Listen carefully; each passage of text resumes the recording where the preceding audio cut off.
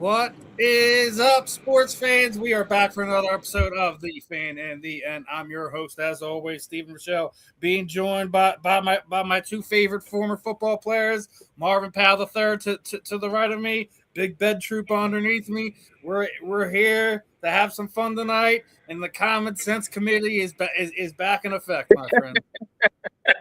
I like that. No, I'm telling you, when I get the we gonna get some shirts made. We the Common Sense Committee, Marv. That's what we are. Going on a logo that says the Common Sense Committee. Of course. Steve, and listen, that way we don't have to wait to do the fan to the end. We could be walking out and about, just enjoying our day, and somebody do something. Sir, whoa, stop! What are you doing? Who you work for, sir? Common Sense Committee. Okay, I'm just saying. Common sense ain't common. Hashtag common sense is not common, no doubt. With that being said, every episode here on the South Florida Tribune in the Fan in the End is brought to you by Fight Wax. Fight Wax is the ultimate skincare brand. They help treat cuts, scrapes, swelling, and abrasions, rejuvenates and restores stressed skin. Customers have used for soreness, stiffness recovery, designed for athletes of all active lifestyle, provides an ultra silky, non-greasy feel, deep hydration for everyday skincare, helps fight dry skins. Customers have used for psoriasis, eczema, and other skin disorders. And when you go to checkout, please make sure you're using that code SSFT15FW at fightwax.com. Go check it out. Go show the guys over there some love. That being said, a lot going on in the sports world right now, right? Thought the Sixers were dead in the Celtics series. Now we got pushed back to 6 games. Joel Embiid is recovered from his appendectomy. The Flyers and Penguins are going at it, and it's been interesting. Weird stuff has been going on with that series. I mean, it's a typical rivalry. Hockey playoffs are in full effect. NBA playoffs are in full effect. We're just through the first month of baseball, and 2 managers have been let go in a matter of a week. And then we got the NFL draft post-mortem. Who won? Who lost? Who got finessed? I mean, one thing's clear. Obviously, I'm not going to act like I'm not going to hide my Eagles bias, but Howie Roseman does it again, man. We'll get into the player part of it in a second, but the making a trade with Dallas to go up and get a skill position player, but not only doing that, they've probably gained multiple picks back. The fact that Pittsburgh was already on the phone with Lemon. Now, you know how, I don't know if you guys know how it is, but it's been kind of some of the conversations that have come about is that one of the things about that, unless you're on the clock, you cannot contact a potential draftee. And when the Eagles traded up to go get him and draft him, Pittsburgh was on the clock. Pittsburgh was on the phone with him. He couldn't answer the Eagles' call because he was on the phone with Pittsburgh. So more than likely, Eagles are going to get another pick out of that. Now, if the whole tampering thing with Rossini and Mike Vrabel actually happens, multiple picks out of that.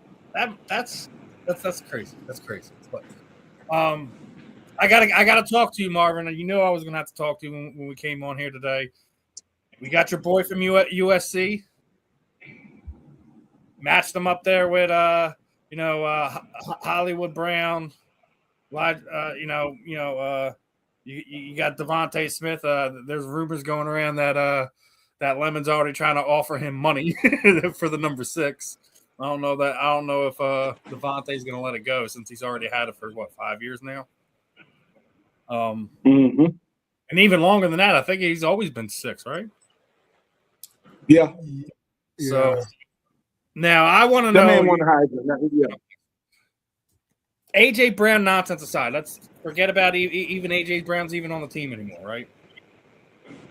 with the wide receiver core that's been put together, the new coaching staff that's put in place, hopefully you're healthy up front and you don't have Cam Jurgens and Landon Dickerson, rotating out there like there was a buffet on the sideline or something like that. Do you think, offensively wise, that they're in a better position now, regardless if A.J. Brown's on the roster or not?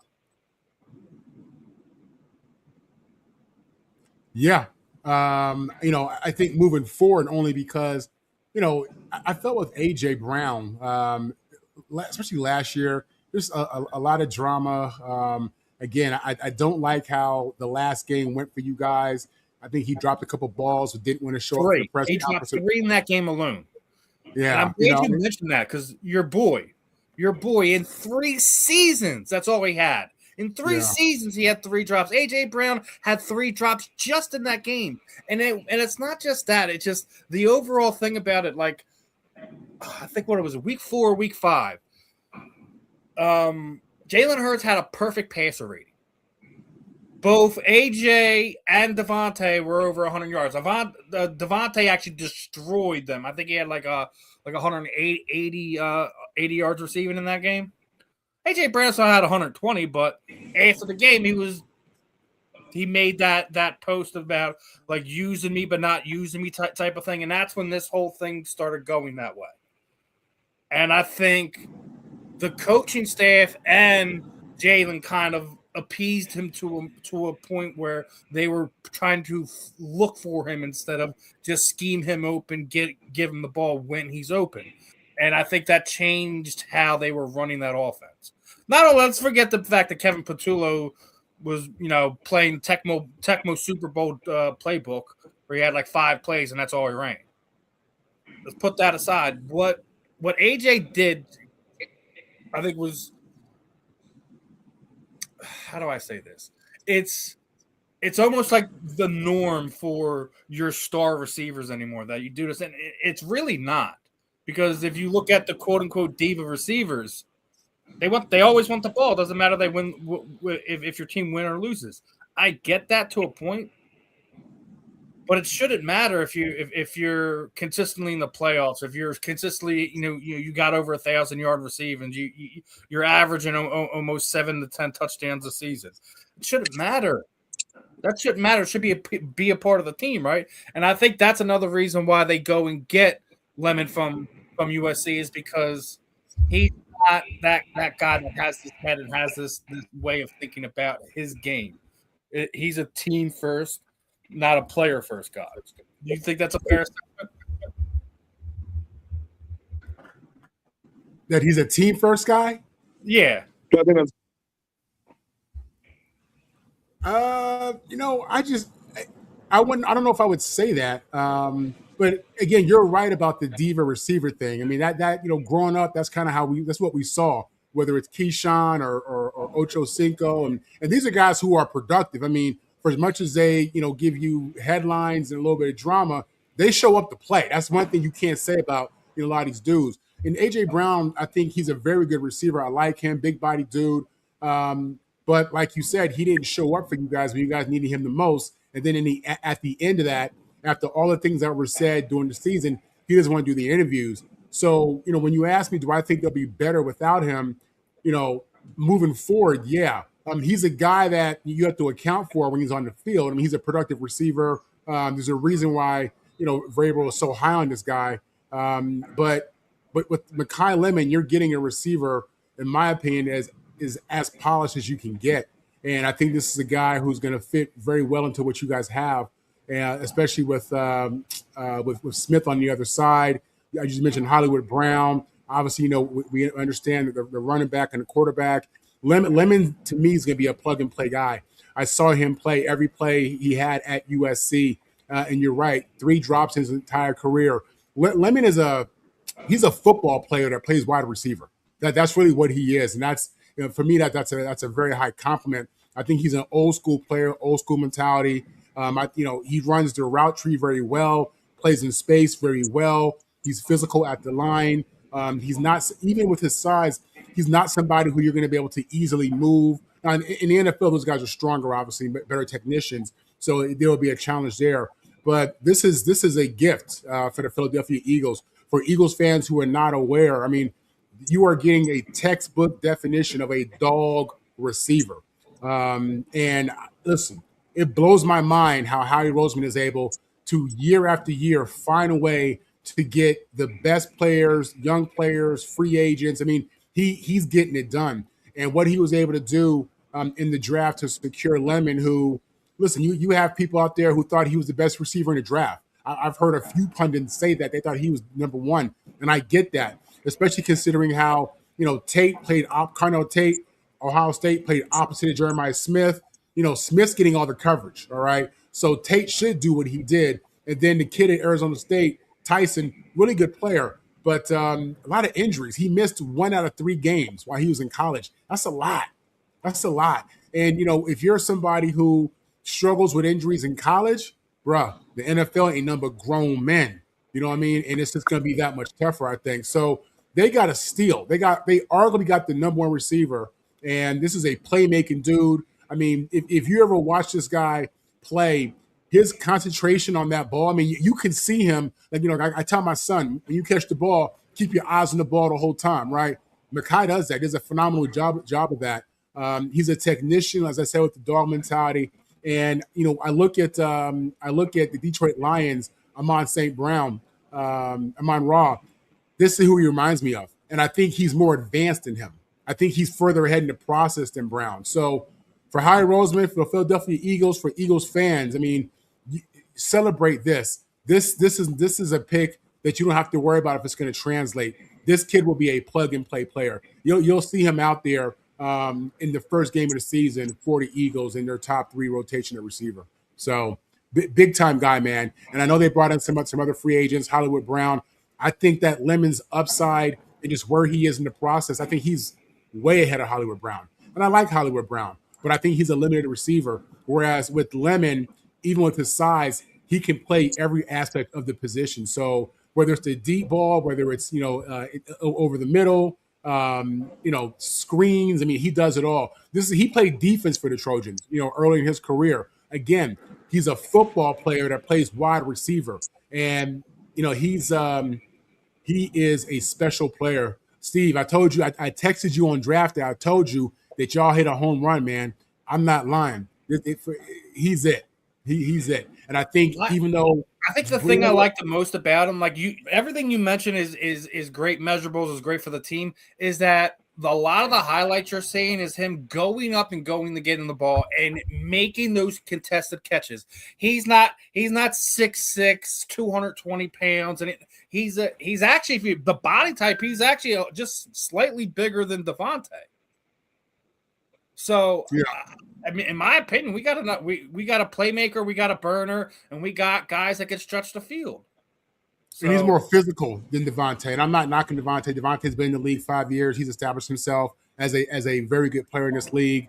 But I think he's more physical. I mean, I can't stress it enough to you, Steve. This is a dog. I mean, this is a guy.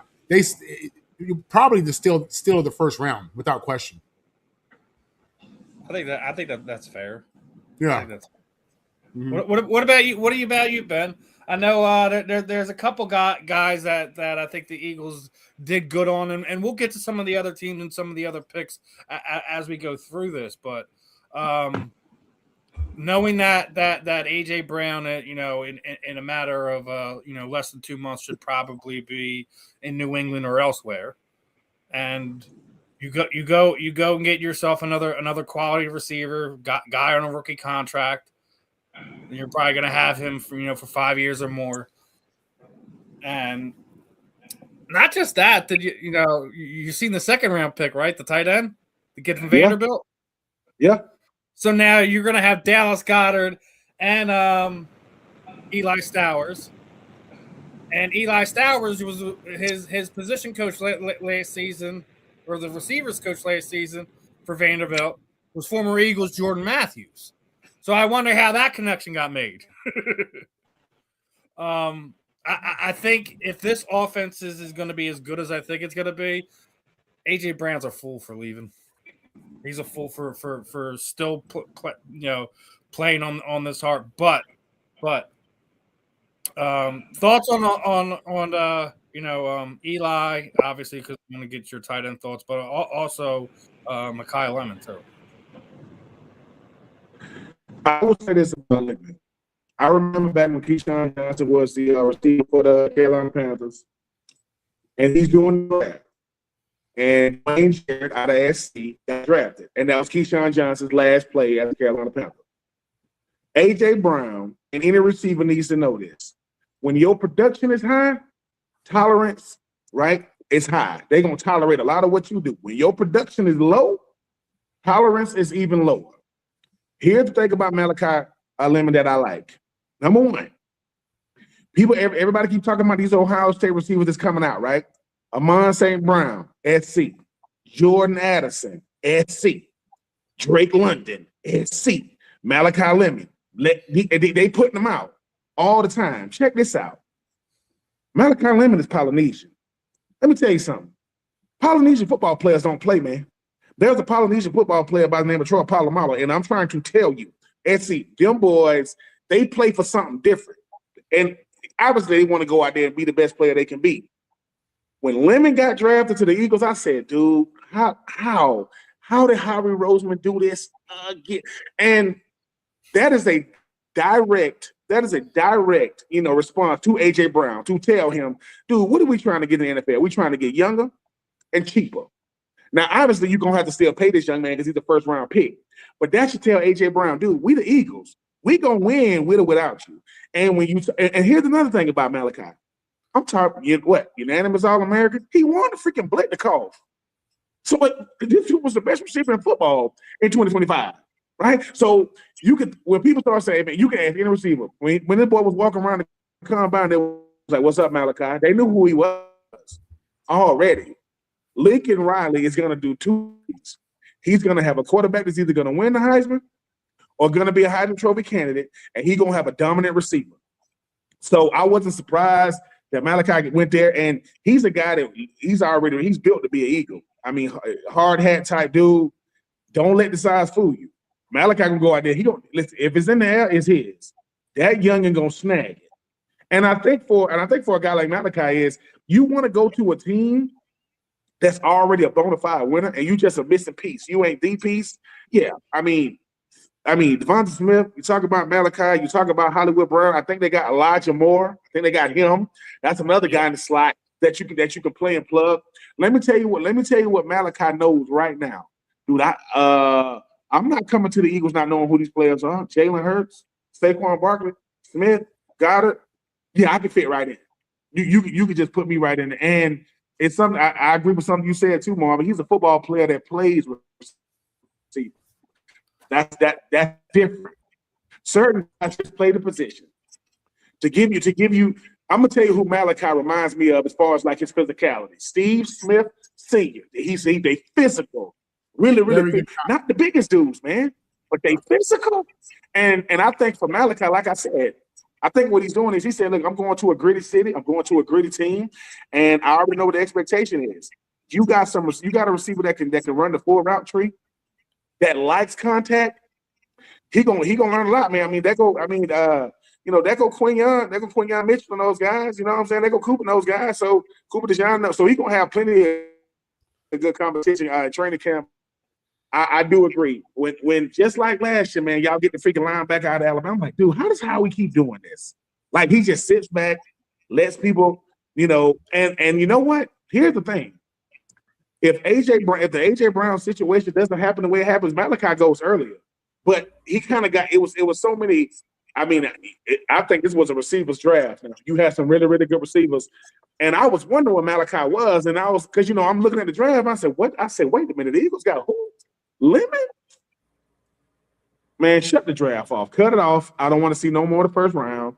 Because that's what the draft is about. Give me the guy who, how many teams have forgot? Because everybody getting caught up. Oh, Ty Simpson. Oh, my God. He went to the Rams. Oh, man. Cardell Tate is going to go number 4. Jeremiah Love goes number 3 to the Cardinals. And Howie just sit like this. Thanks a lot, Pittsburgh. You just gave the Eagles even more picks. Thanks a lot. Mike McCarthy. You can do that, Mike McCarthy? Mm-hmm. You don't know that boy gonna be on national TV when he get drafted. He's a top 20 pick. Anyway, it's Pittsburgh. So yeah, great pick up. And I think for a guy like Malachi, when I come in and I can just play football, I don't got to be the guy. Oh man, he gonna hurt people's feelings. That boy, he gonna hurt people's feelings. And like I said, I respect. At one point, it was Clemson receivers. They coming out. Then it was LSU. They coming out. Then now it's Ohio State. Don't sleep on SC. There isn't a better receiver in the league than Amon St. Brown. Right? Drake London is about as good. I was wrong about him coming out of SC. Right? Now, I mean, wait a minute. Now Jordan Addison. You know what Jordan Addison did at Pitt? He wanted to freaking Blitnikoff left and went over there with Lincoln Riley. Now he's at Minnesota. Now here comes Malachi. Hey, the best, I want to say the best wide receiver draft ever was 96. Who was the number one pick in that draft? Keyshawn. Keyshawn was the number one pick in 96. So not the two SC's home, but they've been doing it for a long time. So shout out to that youngin. If you are in the NFC East, good luck. But here's the other thing. Now I want to know how did the phone call end with Pittsburgh? He's on the phone with Pittsburgh. He's on the phone, right? And they show him. Good luck. And then in the background, you see the Eagles have traded the pit with Dallas, right? He's on the phone, right? And then, like, I guess he heard the ring, so he's like looking at the phone, and like they, obviously they broke it down. And he's like, "Why is Philly calling me?" And someone was tapping him on the shoulder, like, look behind you. Philadelphia's traded for the pick. So, like, I guess, like, he hung up, switched lines, whatever, and that's when Howie Roseman got on the phone. Yeah. So, basically, because Pittsburgh jumped the gun, they assumed that Dallas wasn't going to pick a wide receiver and that they were going to take a pick there, not trade out of it. So, they preemptively jumped the gun and got on the call, like, we're going to take you at 21. And as they're talking, the picks gets traded. Eagles draft them. Boom, boom, boom. Not only do you steal Pittsburgh's pick, but now you're going to get them for tampering now. It was on national television. There is an investigation going on if there were tampering or rules broken. So the Eagles are going to get more picks out of that, without a doubt. Whatever happened in the tampering, it's the norm. That's just, we just saw some of it on national TV live. You know what I'm saying? But y'all know that as it pertains to the draft and the trades and insider stuff, that's been going on since the beginning of time. It's a normal part of the culture, even though it's not right. But like I said, I wonder if there were civil pleasantries at the end of that conversation with Pittsburgh. Did he say, "Okay, guys, good luck, I'm out"? You know what I'm saying? And hang up.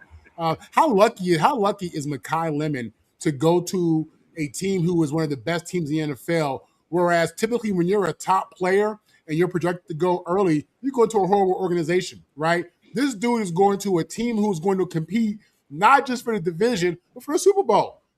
Howie has Philly built like that. So, man, this is just for as many people who say that he failed and what happened, how could he go this late? Man, Mekhi Lemon is popping champagne, happy about this pick, y'all. He has a quarterback. He has a GM who knows what he's doing. He has an owner who knows what he's doing. He's going to a formidable opponent. A formidable team. This is just money in the bank for him, man. So, yeah, I expect this kid to do well, Steve. I really do. I mean, I do too. I don't expect him to go and break rookie records or anything like that. But the fact that their receiver room, including the tight ends, is significantly deep with guys that can stretch the field, guys that can make plays. It's what I said a few weeks. I don't think there's going to be a receiver this year in Philadelphia that's going to see more than 5 targets. We'll see. Yeah. We'll see, because obviously, if the offensive line is clicking and Saquon is looking like he did 2 years ago, there might be a power struggle in the play calling room. Are we going to go run heavy? Are we going to go pass heavy? It could be a real question, especially because both Landon Dickerson and Cam Jurgens went out of the country to get stem cells injected in their bodies. Both of them had 2 procedures this offseason. Both of them. Which leads me to all these skill players that they got. At the end of the day, if Lane Johnson and the rest of that O-line ain't healthy and intact, it means nothing. what you have on the outside, man. And that's your point. And as you were talking, I was thinking about Lane Johnson. Man, they need him. They need the rest of them dudes, because if not, I mean, you saw Saquon last year. People were knocking Saquon, talking about, is it him? Has he lost a step? And at the end of the day, I think the injuries are front. At it, both Landon Dickerson and Cam Jurgens were getting beat like mules, and just because they weren't getting off the ball because they were hurt. That Cam Jurgens had a ruptured disc so bad that it had detached. Is according to what he said, the interview that I heard. And that's why he'd gotten the stem cells. So we'll see what their play like is going to be up front on the offensive line, what the health is going to be like. It's an interesting thing. I'm not going to sit there and say this team's going to win 14 games. No. You still got a first place schedule.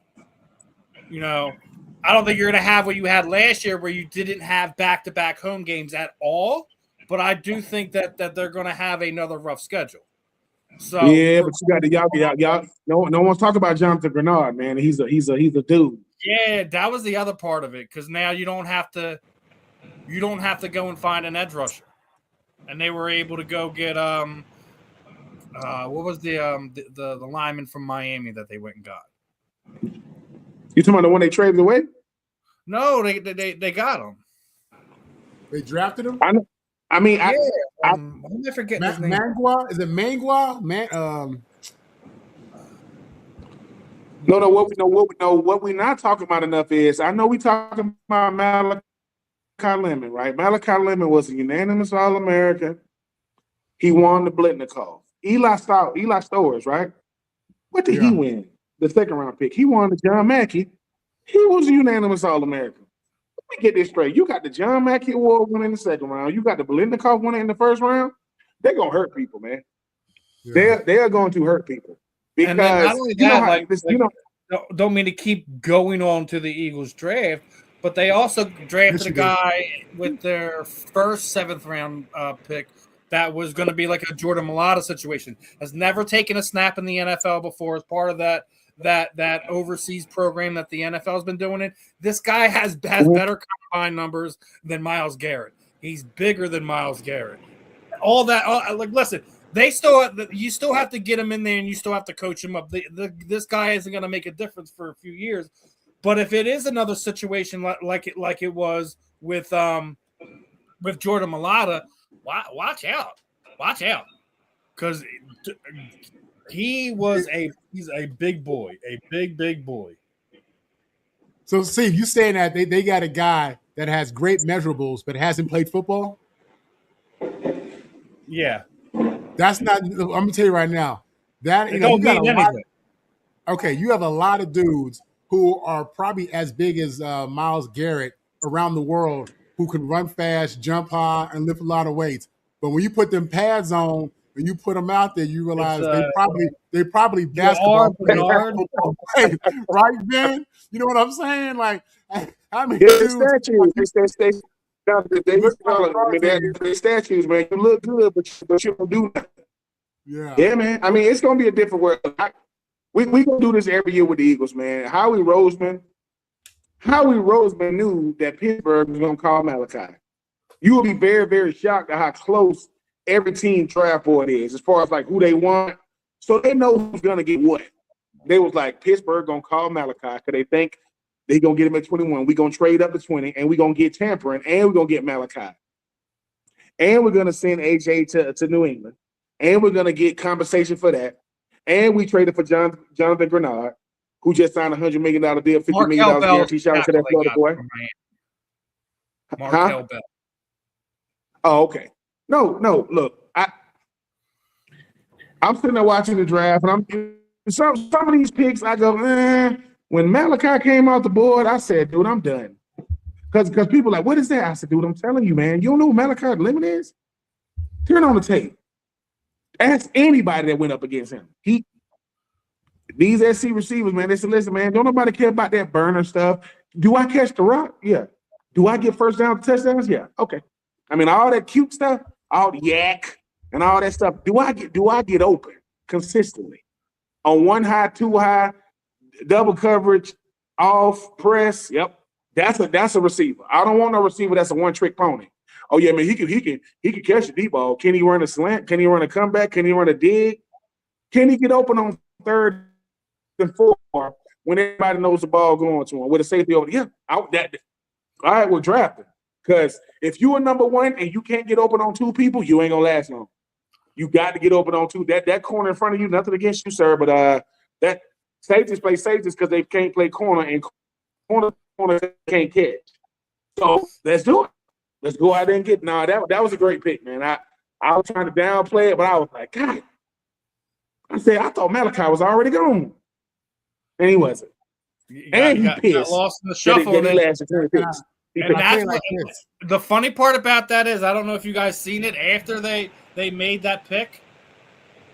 Howie Roseman was like, "Listen, I'm going to take a couple walks around the stadium. Don't call me until we're about 10 picks away from our next pick." So he couldn't make any more trades. Yeah. I tell you what, man. I mean, trade, is 2 and maybe one of the later rounds to kind of get back up in there and get somebody else. That even tells you how crazy Howie is about it. Like he's the ultimate book nerd, and he you got to remember, like when Chip Kelly basically demoted him and literally put him in a broom closet. That was his office, a broom closet. He just started hitting, hitting film, watching prospects and stuff like that. So this is what he knew that Chip Kelly wasn't going to be around. He'll say, Chip Kelly, he won't be around. It's cool. I mean, you got to his lumps of just like I'll just do research for this season, this upcoming season. Listen, he's been hitting on just about everything. We don't know how these guys are going to play out. The later rounds guys play out, etc. But the upcoming trade, and I want to ask you guys about this. Like, obviously, it's been the talk for basically almost 10 months now. This whole AJ Brown thing. If you're Howie Roseman right now, Marvin, regardless if there's a deal on the table, if you could find a way not to give him to a rival and or New England, are you entertaining anything outside of that? Just to say, F you, kid, you're not going here?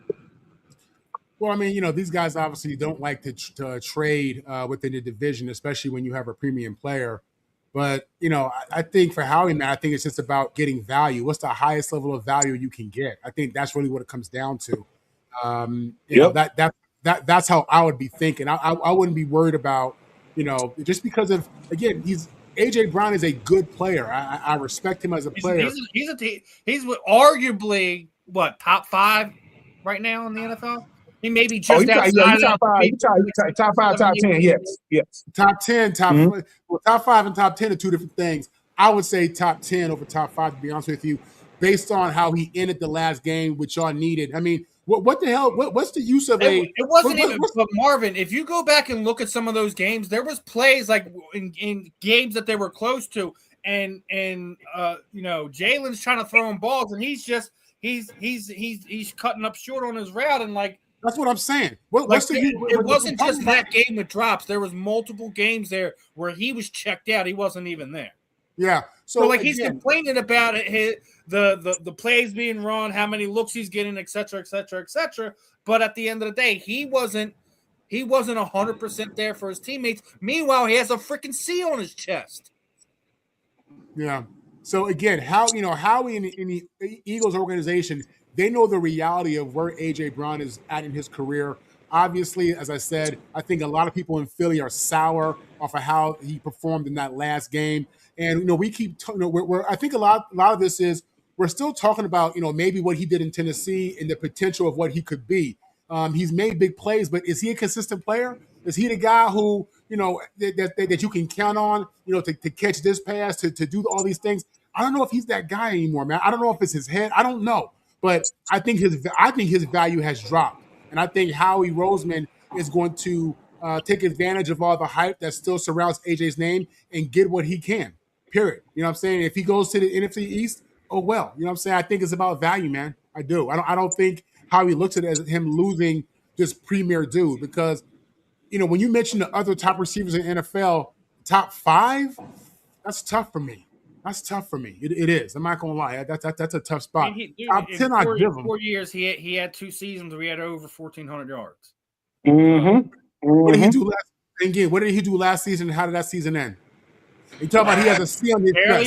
He has a C on his chest. 7 touchdowns. He don't want to be there, Steve. He don't want to be there. He don't want to be there, Steve. He don't. I know he doesn't want to be there. Listen, you don't want nobody who don't want to be with you. We can say all we want. That this was brewing for more than a few years. He can say whatever he wanted to. The book nonsense on the sideline.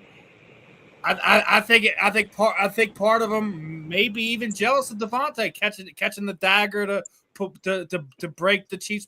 Those things play at a guy that has a self-perception of himself and how he values himself on that team.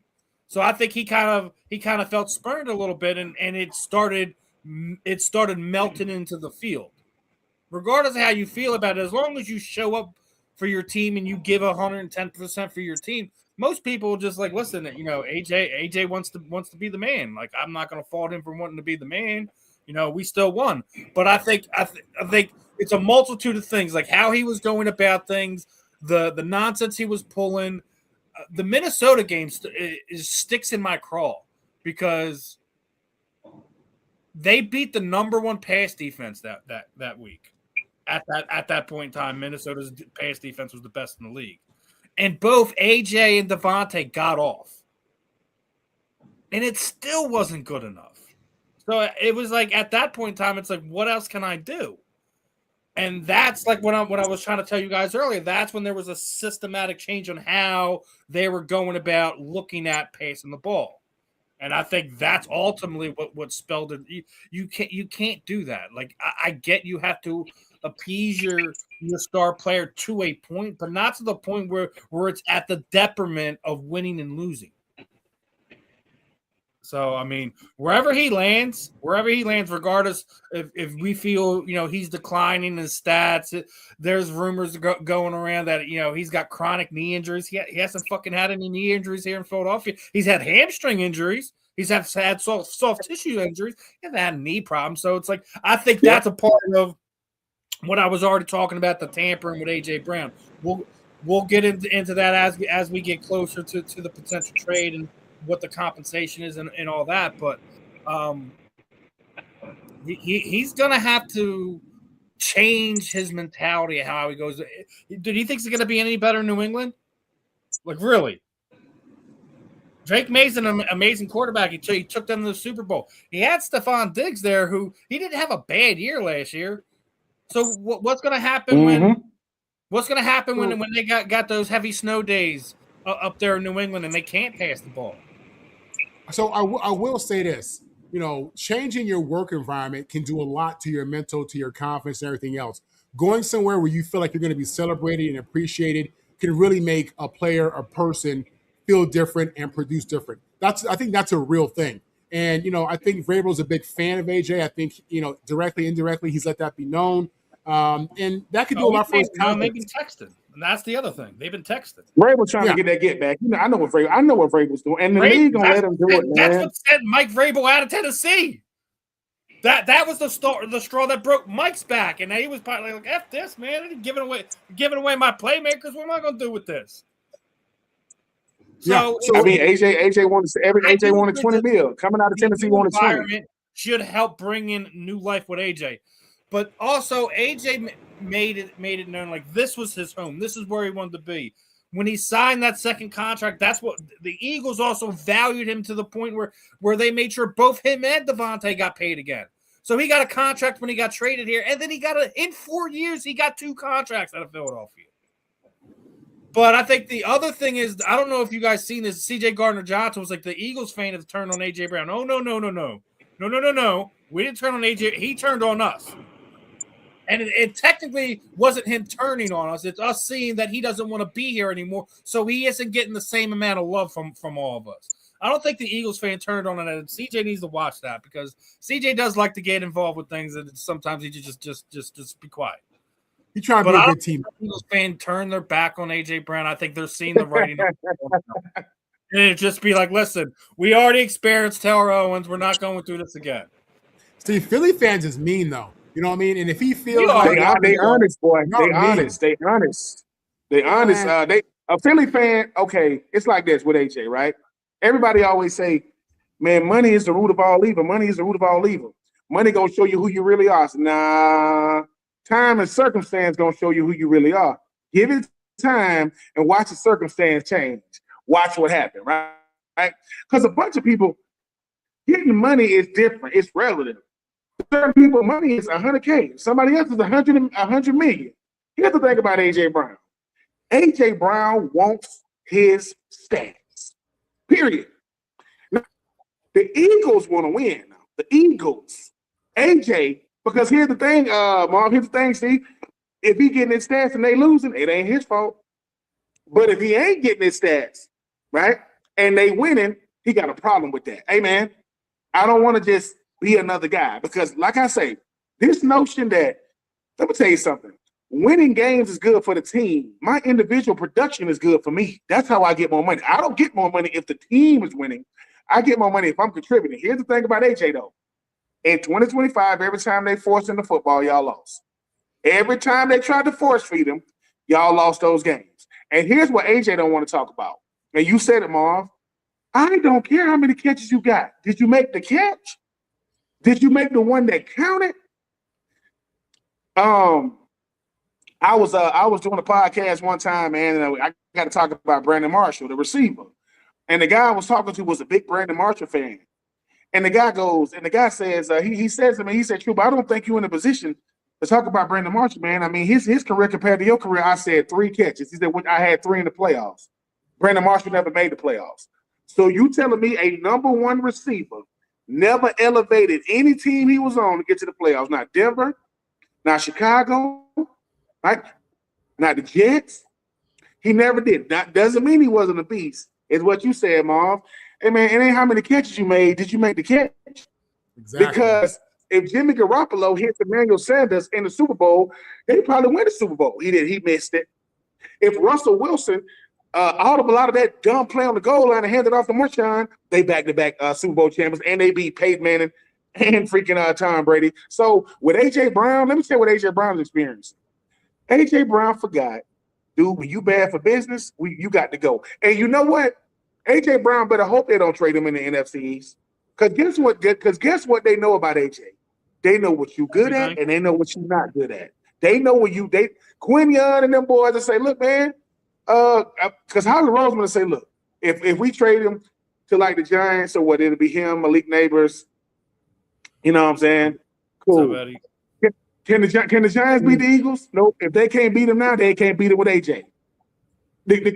The Commanders can't beat them now, they can't beat it with AJ. Now, if he go to Dallas, that's a little different. With CD and George. I said I would entertain that only if you're giving us Pickens. If you're giving us Pickens and picks, all right, cool. Take AJ. Take AJ. If I'm gonna say this, I'm gonna say this right now. What is this? I don't know what episode. If Howie Roseman trades AJ Brown and y'all get George Pickens, I'm gonna beat the hell out of Howie. I'm like, Howie, I'm sick of you. And he went to Florida. He's a Florida guy. Because to me, right? Because here's the thing. Let me tell you why that makes sense. Dallas, just like the Philadelphia, they leaving George. They don't want to give him a long-term contract. They'll get they franchise. They don't want to give him a term. So Howie goes, hey man, come over here, man. I'll give you I can give you AJ Brown type money if you come over here. That better not happen, man. That better not. I don't think it's going to happen. I think we've seen the only Eagles and Dallas trade that we're going to see this season. There's a couple other things that happened in the draft this week. we got them talking Raiders. I'm going to bring up the Raiders because obviously, the kid that's where Mendoza went. Here's the breakdown of the 2-star recruits. number 1 overall pick of the Las Vegas Raiders. This is what his pay's going to look like. He's getting paid $72 a minute, $4,300 an hour, and 104K per day to be the Las Vegas Raiders starting quarterback. I'm gonna start off with Marvin on this one. I know you were talking a little Raiders on some shows this week. Do you think Mendoza is going to finally get them back to the play? It won't be just him. It won't be just him. So with that said, what we're hoping is this. We're hoping that the Raiders don't treat this like Houston treated the David Carr situation. First round overall pick, goes to Houston. They don't have a plan for him. He's in there out the gate. He gets sacked, 70 times in the first couple of years or something crazy like that.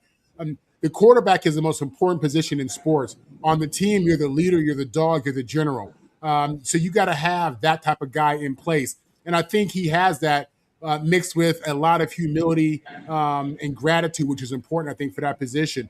But they got to shore up the offensive line. They got to make sure that Ashton Gentry, that he's a big part of that offense. They got to make sure that Brock Bowers is a big part of that offense. They got to make sure that they got a pass rusher in Crosby and a cover corner who can help give the offense back the ball. They need to make sure that they have an offensive play caller who knows how to take care of his quarterback, take advantage of his skill set, and not put him in horrible situations. So when you talk about turning an organization around, yeah, it starts with the quarterback. It does. And I do think that this kid, from what I've seen, I think he has, the mental makeup and the physical talent that you need for that position. Plus, I am comforted by the fact that, Tom Brady signed off on this. Tom knows what it's supposed to look like. Tom sat down with this kid guy in his head.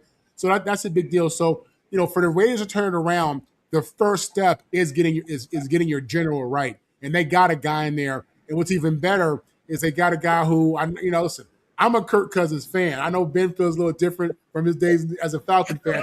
I'm a Kirk Cousins fan. I am. Probably because he did so well for me in fantasy football over the years. Nevertheless, I think Kirk's the right type of dude you want in there teaching your young I buck. agree with that. He's the veteran you need. He's the veteran Absolutely. you need. So you don't have to push him right in there. Exactly. You give Kirk, 6 to 10 games. Fernando starts picking up things that he needs to pick up, and he wins the job on the practice field. Over Kirk. Yeah, Kirk's been. Go ahead. I mean, Kirk's kind of been through it, man. He's he came out as a seventh round draft pick. This dude's made like $400 million, something like that. He's had some really good years, but he answers to a higher calling, and I think that his leadership style, mixed in with his experience, his demeanor, is going to be nothing but beneficial for Fernando. So, to answer your question, the first step for the Raiders getting over the hump is getting the quarterback position right.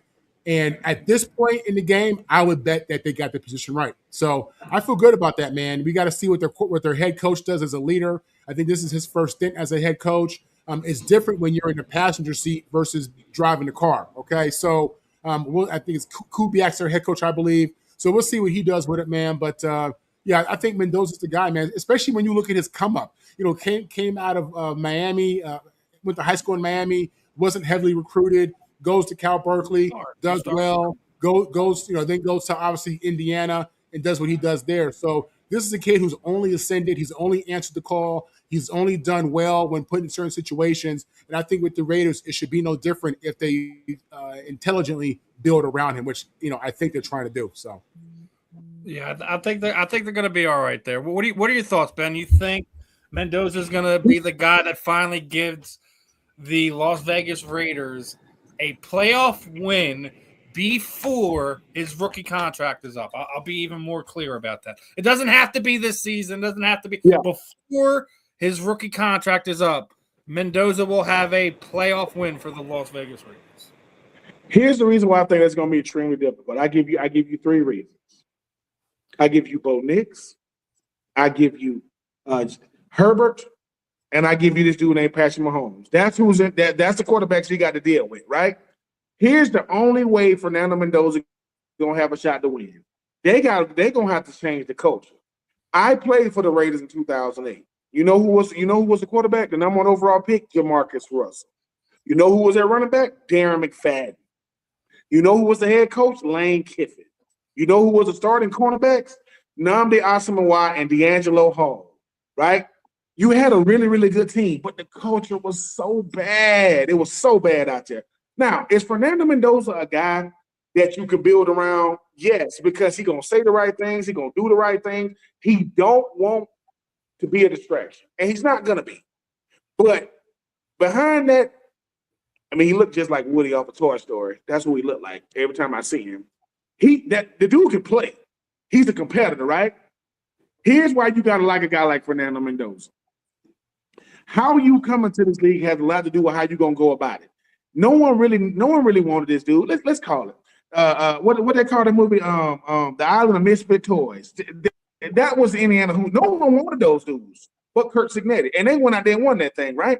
I think they had 8 or 9 draft picks. Fernando Mendoza, with his star-studded, it was a bunch of skill position guys in this draft. He went number 1. When you got a guy like Kirk Cousins who knows I am here to mentor this young man, I know what I'm here to do. That's what's going to make him better. Because let me tell you what every great player in the NFL, I don't care who he is, has had. They had a mentor. Every last one of them had one, right? Steve Smith Senior, we were talking about him earlier, he had Musa Muhammad. Jason Pierre-Paul and Justin Tucker and those guys, right? They had, and I see him in Europe, they had Michael Strahan. They had a guy that's been doing it and say, dude, this is how you do it. Say what you want about Kirk Cousins. Kirk Cousins was in the same draft as RG3, who went on to win the Rookie of the Year, who is now commentating, and Kirk Cousins still making money. Kirk Cousins is the only quarterback that since after his 3rd year in the NFL, he's only made guaranteed money. He went franchise tag, went to Minnesota, guaranteed money. We gave him $90 million in 2024. We'll talk about that. The Falcons gave him $90 million. Anyway, I like Fernando Mendoza for this reason. I look at the way his teammates talk about it. The way he played against Miami. Think about this. The Miami Hurricanes, home of Ray Lewis and Warren Sapp and Ed Reed and Reggie Wayne and Andre Johnson and Santana Moss, and the list goes on and on and on, have not won a national championship since 2001. And they thought they were going to get them one at home in Hard Rock. Fernando said no. You know why? Because I'm from Miami. I grew up wanting to be a Hurricane. I mean, listen. I mean, the freaking head coach went to school with my daddy, and I still didn't get. All right. Behind this $1 million smile, I don't like none of y'all, and I'm coming for all y'all. So for being a former Raider, I want to see the Raiders get back to the playoffs. But it ain't these players, man. It's the culture of the Raiders. Raiders have had a bunch of good players. Max Crosby, Ashton Jeanty, you talking about Fernando Mendoza, you talking about Brock Bowers. They've got good players. It's the freaking culture. And if they get the culture right, I think they go. I'm going to say this. There are certain teams in the NFL, if the culture gets right, look out. The Jets is a team like that. The Raiders are a team like that. The Browns are a team like that. The Cardinals are a team like that. When you get your culture right, it's like this. The Golden State Warriors ain't have no freaking culture until freaking Steph and them got there. Now people talk about Golden State like they was the Bulls in the 90s. Because look at what they're doing. That's what I'm not saying Fernando Mendoza is Steph Curry. Because I know people say you compare him. I'm not. I'm saying every single team, in order for them to have a shift in their dynamic, you got to have a quarterback with a culture, with a scheme, with a team. That's how it goes. And if you get all those things, I think you got a shot. Because like I say, people are about how bad it is, including that quarterback. Look at the Raiders. They had Carson Palmer. He never been to Oakland. Well, he went to Oakland. It's just I'm rooting for this young man. I really, really am. Because I think certain teams, when they're good, it's good for the NFL as a whole. And the Raiders is one of those teams, man. I mean, you know how crazy it was when I was with the Raiders. They bring it back. You know what I'm saying? Jake the Snake and those guys and Casper and those guys. Back when the Raiders was the Raiders. Man, please. Man, the Raiders was so bad when I was there in 2008. I got there in week 3. I was on the Bucs for the first 2 weeks. I got cut. Tried out for the Falcons. Didn't make the, and then they flew me to Oakland, and I became an Oakland Raider. Literally in week 3, I got there in week 3, and I was there longer than Lane Kiffin. Lane Kiffin got fired after 8 weeks. That's how bad the culture is. So they get that culture right. I think the silver and black, man, I think they're going to have something to say. And I think Fernando Mendoza is going to be the guy to get them back there because it's been a long time. They've been the laughing stock in the AFC for a long time. In the AFC West, yeah, it's been a long time, man. Can't stand Patrick Mahomes, can't stand Justin Herbert, can't stand Bo Nix. Not as people, but as players, because they're going to keep the Raiders as bottom feeders. If they want to get back to some level of respectability, they better rally around this young man because the consolation prize for being the number one pick means you going to the worst team the previous year. You make a bunch of money, but you go to the worst team. So, but I do think Fernando Mendoza is a player. They don't just hand Heisman's out. That man won the Heisman. That man went undefeated, and that man ran the gauntlet. Ohio State, Oregon, Miami, stop playing. They played some big time and beat them all. So, hey, man, I'm rooting for him. I am. I ain't never been to Vegas. I ain't never been to Vegas before in my life. I'm going to get out there so I can see the Raiders. I'm happy I didn't go when I had no money because I don't like gambling because I don't like losing. But I'm going to have to probably get out there, man, to that spaceship-looking stadium. I want to see them boys win, man. Best uniform combination in the league to me. Silver and black don't get better than that. I know certain people may feel different, but because we got two gentlemen that both like green and white on here. Both. You know what I'm saying? I don't put the Raiders in there. Listen, the two ultimate color combinations, I talked about it on the JNS Philly Sports Stop, is the Eagles Kelly Green and Tampa Bay Buccaneers creamsicle jerseys. I think those are the two best colors. If you can name me another one, put in the argument. Titans. The Titans when they got them powder blues.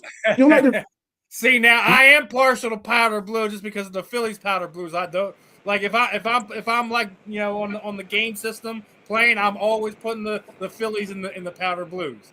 So I do feel you there. Especially when they do the powder blues with the Oiler throwback. Well, you know what? The reason why it doesn't matter because they're not good. Colors only matter when the teams are good. When the team is bad, they ain't that good either. Remember when they did them color rush uniforms? They had the color rush, and the Titans. The only time I like the color rush is like they put one team on black and another one in white. Like that was the only time. When they did the color rush and the Titans played the Jazz, that was the worst game ever. Type in, listen, when we get off, go to YouTube, type in the Titans versus Jags color rush. It looks like the Smurfs versus the Mustards. It was awful. It was awful to watch. The Smurfs versus the Mustards. Oh, man. So a couple more draft stuff I wanted to get to you. Did you guys see that I guess a streamer got himself kicked out of the ever going to an NFL event ever again? Oh, yeah. I think I heard about that. Yeah, these people want attention. So basically, a YouTube personality crashed the draft stage saying he was the guy that was supposed to announce the pick. Obviously, they found it out fairly quickly, got him out of there. But the NFL dropped the hammer down and was like, listen, not only are you not allowed to come to the NFL draft ever again, you're not allowed to come to any NFL event ever again. So there goes his YouTube career. But how are they going to monitor that at a game? Are they using facial recognition at these stadiums? They could probably do that. Like they probably have it list. Like if these, you'd have to guess that's more than a handful of people that it's got to put up there in the security office. Like if you see these faces, immediately escort them out. Because obviously you could buy a ticket third party or something like that where they don't know that you got the tickets. You know what I mean? Yeah, that's what I'm saying. So it's. Yeah, they paint their face. There's ways he can get in, man. Let's be honest. I've worked the draft before, but here's the thing, right? Here's the thing. Whoever this young man is, it ain't gonna work in your favor, man. Like we live in a viral-driven world. Like, last year, it was the defensive coordinator for the Falcons' son, Colin Shador. Let me tell y'all something, man. And I am not promoting violence. Let me just start by that. But some of us ain't never been beat up. Some of us ain't never been punched in our face. You can tell. I'm telling you, if you've ever been in a fight before, it changes your reality because you start saying, wait, yeah, man, like certain people, they too safe out here. Think about this for a second. Whoever let that young man even get in that close, they fired. Whoever let him get that close, because you don't know what he's going to do. if he get out there trying to make a mockery, number one, man, the NFL draft is the draft. Nothing against the NBA. We don't know nobody. The NHL draft be going on. You're spot on right there. To tell me any one of the major sports that has a draft that has more hype around it ain't the Major League Baseball draft. That's mid-season, right? Nope. NHL draft, nope. The only Nope. one that may have some type of buzz behind it, it's the NBA draft, right? Let's be honest with that, right? But we don't know. But we don't know most of those players because they're international. Other sporting events drafting the next future stars that is as big as the NFL. Yeah, but Steven, here's the thing with that young man, right? I'm gonna go back to this again. Mm-hmm. Somebody was supposed to jack him before he leave. Like when they walk behind the camera, somebody was supposed to jack him up. Somebody to let him know, dude, this. Do you know what consequences are? Do you know what you just did to my job, youngin? Now I can't put hands on him, but he got to know. Because I think people, it's like this. When you in the National Football League, and Marv, I don't know if you dealt with this. Some of these coaches, man, they get to talking to you like you ain't a professional athlete, like you ain't a man. And you look at him like, wait a minute, coach. Now, I ain't talking about the head coach now. I'm talking about your position coach, offensive coordinator, defensive coordinator, special teams coordinator. You have to say, hey, coach, yeah, you listen, you could just talk to me now. We men. You don't do that. Because if you can't talk to me like that in private, you can't talk to me like that in public. You wouldn't talk to me like that if it was just you and me. This young man said, I'm gonna get real like a streaker or something. Let me tell you something. Somebody was supposed to put the fear guard in that youngin' to say, hey, go tell your little streaming community. They're gonna get effed up. Listen to me. Do not think about this. We just say stuff backwards, right? Right? That young man say, I hope something don't happen. Black guy comes and say, I wish he would. Try me. I don't like stuff like this, man. I don't like it. There's too much goes into it. Trying to make it fun. He wasn't using any common sense that day.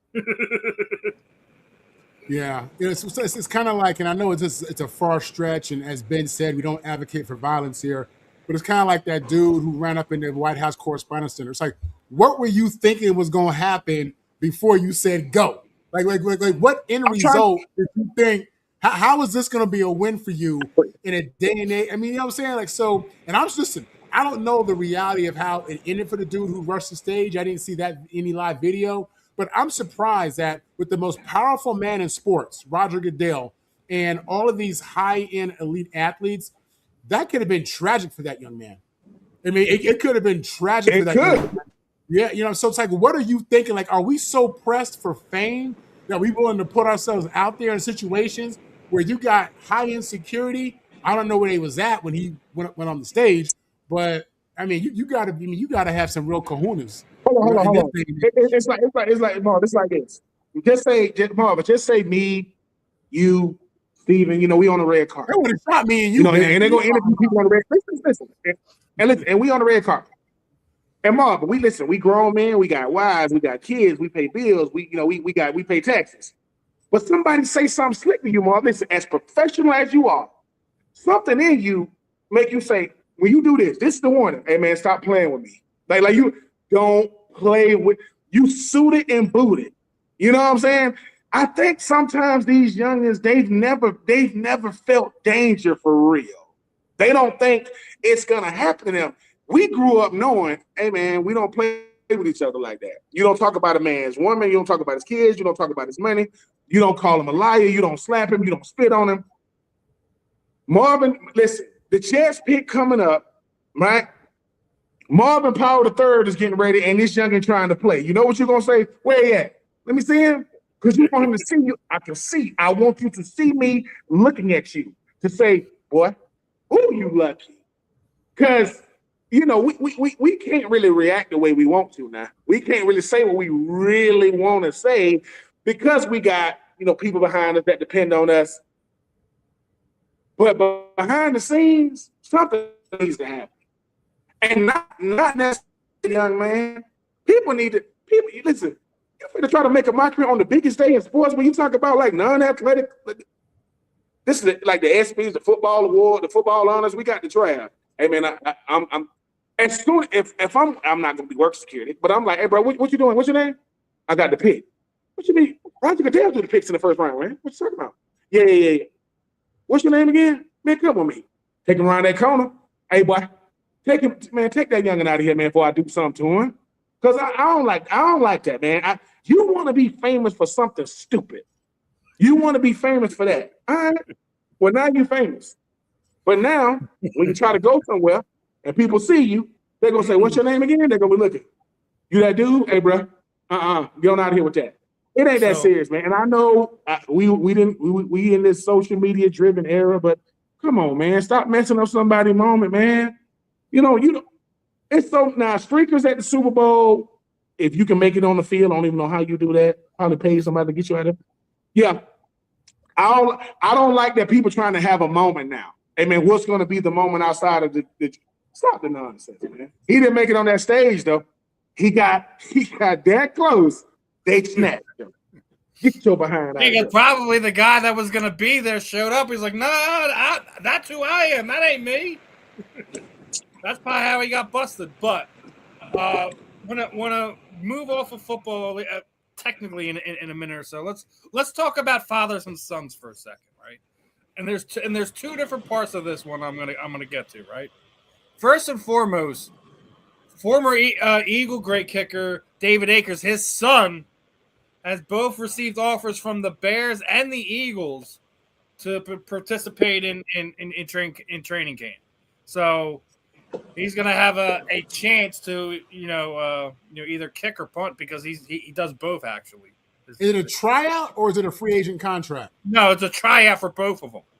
He got an offer from Chicago, and he's got an offer from Philadelphia. I think it's interesting the offer from Philadelphia because we know they signed their punter to a few-year contract, and he was one of average. I think he's a top 5 punter in the NFL last season.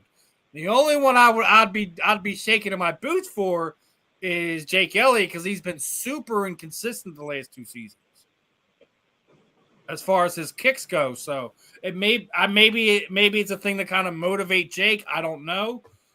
We'll see if he lands on a team or not, regardless if it's the Eagles, Bears, whatever. But man, we getting old because David Akers' son is about to be a kicker in the NFL, right? Dave, I think that's dope. I mean, here. Let me just say this. You know where his allegiance is. That man wants to kick a punt. Give me a contract. It ain't personal, Dad. If it's the Cowboys, if it's the Giants, I don't think so. You know what I'm saying? Because I don't know if we're gonna get to it though, but it's like that when you talk about Joey Porter Jr. getting drafted by the Steelers, you can't make that kind of stuff up, man. I mean, because everybody wants to. The only person who genuinely wants you to be better than them is your dad. Your dad wants you to be better than him. He mean that. When it comes to your son, hey man, go out there and get you a contract. You know what I'm saying? I mean, David Akers. I mean, he kicked for the freaking Falcons. I will say this about kickers. I don't think they got a different type of loyalty than other position players. It's different, right? Hey man, I want to kick. I punt. Because if they get hurt and the backup kicker got to come in, it's about to get ugly. And if that long snapper get hurt, Eagles almost played for every single NFC East team. He played for the Cardinals. He played for the Giants. He played for the Eagles. So I definitely hear you that I think kickers. Yeah, listen. When I was coming out, and I wasn't drafted like Ben. Ben, would you go 4th round, 3rd round?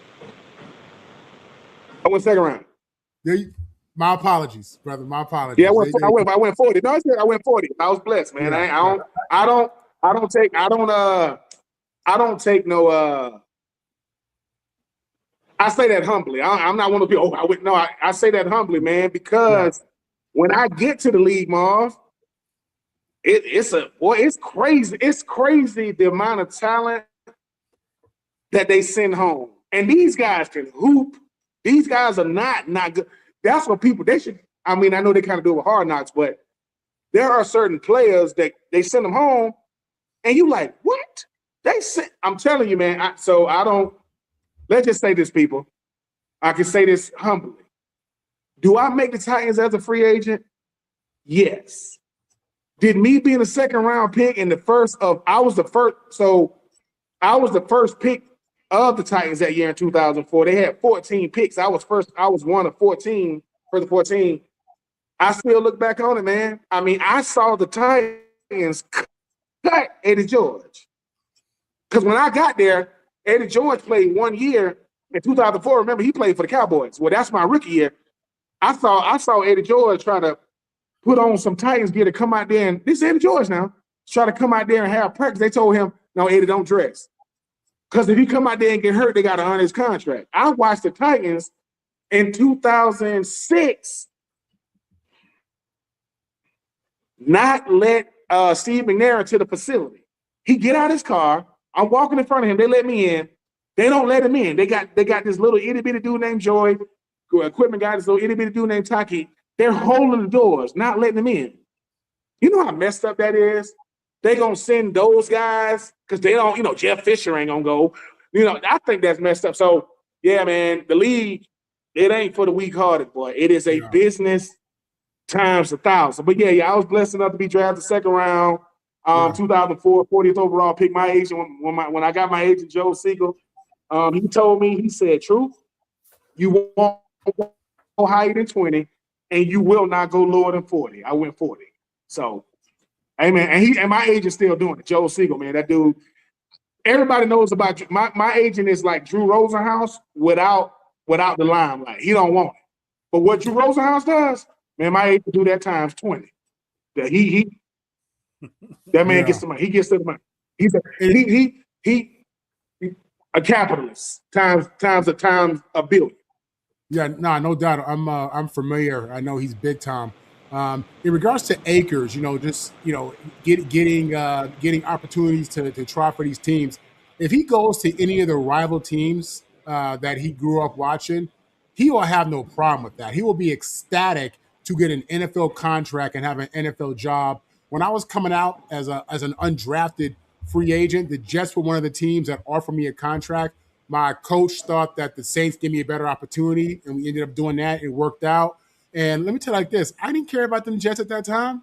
And when I was in Green Bay and we played against the Jets, I was trying to murder them boys out there. You know what I'm saying? Like, it ain't no love. Listen, you happy to have an NFL job. You happy to be on a team. All that childhood allegiance goes away when you on a team. That's from my perspective. You know what I'm saying? And I'm sure when Ben was playing for the Raiders Titans, if he played against them Falcons, he was trying to give them the business. Ain't no love in no situations at all. So, I hope the kid makes it. I love to see these stories of the kids making it because I know what it's like when your dad is a pro and people have these expectations of you. It can be tough, man. It's a good it's a good thing you have to deal with. But he'll have no problem playing for anybody else in the NFC East. No doubt about it. Well, I just hope he doesn't. Let him go to the Bears, man. Let him go to the Bears. Don't do that to me, man. Don't do that to me. It was tough enough watching the Akers played in San Francisco. At that time, I didn't really care for San Francisco anyway. Not even. I mean, Steve, hold on. But I mean, I don't know if we got it on the thing. The biggest story in the draft is AJ Terrell's little brother in the second round. Avion Terrell. They drafted.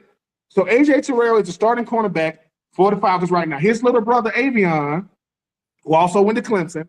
So the Falcons didn't have a first round pick. They first pick up the second round. They got Avion Terrell. So you got to think about this. You talking about something dope. You could potentially have AJ and Avion starting. Did I forget to mention they both from Atlanta? They both are Atlanta Falcons fans. Went to Westlake High School, the home of Cam Newton. Hey man, I'm not saying it's gonna help us stop anybody now. It don't mean we're gonna stop nobody on defense. That's not what I'm saying. I'm saying you got potentially two brothers, AJ and Avion, could be potentially starting in the National Football League together. So this is AJ's what, 7th year? Yeah, man. I think that's one of the biggest moments of the draft. I mean, you two siblings on the same team drafted 6 years apart. That's dope. Once again, Doesn't mean they're going to win anything. It is the Falcons now. We can't even beat the Panthers these days. But yeah, but I thought that was dope. A few more other draft ones I wanted to talk about. Now, this one here I thought was interesting. Obviously, Tyler Algier thought leaving Atlanta, going to Arizona, he was going to get the majority of the carries this season. Well, Arizona happened to draft Jeremiah Love, so I don't think that's a real possibility for him. But I think if you're him, I don't completely write the situation off, even though they did draft Love, because you ain't gonna want them to give Jeremiah Love the ball, 400 times his rookie season. You don't want to see that, and I think that's why you have a guy like him in the room. But it's tough when you think that you're leaving one place that has the premier back, and you want to get the bulk of the touches, and the team you go to with the top pick, they go and get a guy at your position. It ain't easy, that's for sure. Nah, show that young in the road. Show that young how to go out there. I mean, look, Algiers. So let me get this straight. Algiers, he played for my Falcons. He was backing up Bijan Robinson, a really, really, really, really good number 2. They just gave you 2 years, almost $13 million. Let me tell you something, Algiers. Go out there and show Jeremiah Love how to go out there and get it. He can't take every snap. And you know this too, Mom. Sometimes, dude, they trade you for more, they pick you up for more than just the money. Dude, show these youngers in this room how to be pros, man. They don't know how to do it yet. And I get it. Everybody, there are no more feature backs. Like, there are no more bell cows. That's how guys are making it way past 30. Ain't no giving a guy 400 and some carries a year, man. That's 2 seasons. The Montgomerys and the Jameer, Gibbs. That's how you do it now. I mean, let's do more with less. I'd rather have 2 than 1, because if I'm giving a guy that many carries, by the time he gets to the playoffs, he done. His legs are gone. But yeah, Algiers, you'll be all right, man, and you know how to handle it. Because Bijan was first team All-Pro. I love Caleb Downs, another Georgia boy that went to Ohio State, started out at Alabama. I think Jeremiah Love is the best player in this draft. And I'm going to stand on that here. That boy can do it. Jeremiah can do it. And another thing, too, about Jeremiah Love, he's the highest drafted running back since Saquon Barkley, who went number 2 overall in that draft. Hashtag draft running backs in the first round. I don't know if we get this. You can get them late. You can get them later in the draft. You can get them early, too. Get them early, pay them. And I hope by the time Arizona is halfway decent of a football team, Jeremiah Love still got some will, because they're gonna run that young man. But that young man that boy talented, man. He should have finished higher in the draft in the Heisman voting too. I think he should have won. Love you, Fernando. I think Jeremiah Love should have won the Heisman. That's me. I could be wrong. People get mad. You think he was good for the 2025? Watch his tape in 2024. He got a Marcus Freeman. You better be lucky you had Jeremiah Love, because that boy kept y'all in that national championship. Y'all didn't win it, but Jeremiah Love nasty, man. He a bad boy. I don't think you're wrong there. You could have gave Love the Heisman either one of the last 2 years, and I don't think a whole lot of people would have been too upset about it. I did want to touch on a few baseball topics. Obviously, Alex Cora relieved of his duties up there in Boston, but back to that father-son combo, because Rob Thompson has been relieved of duties in Philadelphia, despite winning 90-plus games 3 seasons in a row. Don Mattingly and Preston Mattingly become the first father and son general manager duo in Major League Baseball history. So I think that's kind of a cool step. Dude, obviously the Phillies won their game last night after relieving Thompson of his duties. The Phillies won 7-0 last night. So it's going to be interesting. I know they did reach out to Alex Cora to see if he would come be the manager here before they gave the position to Mattingly. But my question to you guys is do you think we're going to see any more early firings within the next month in Major League Baseball? Ben? Ooh, early ones? To me, the only way you're gonna see early ones is if the team is significant, like they deep playoff, they perennial playoff contenders. Because the Phillies, I mean, say what you want. I know they're in my NL East. It was weird. It's weird what's going on. Like, what is going on in Philly? And the manager is going to be the first one to go. They go manager first. It was crazy. First is, what was it? Left-handed pitchers or something crazy? It's bad. The left-handed pitchers have been their problem for multiple years now. My thing is about letting Rob go is because I kind of feel he's the scapegoat, and I don't even think Rob's the problem. I think if anything, the pitching coach, the hitting coach, the general manager who put the players all together on this team and gave them all their crazy contracts, he should have been let go before I would have fired Rob Thompson. I didn't believe that Rob was the crux of the problem, nor do I think Don Mattingly or another manager is going to miraculously get the bats to waking up against left-handed pitching.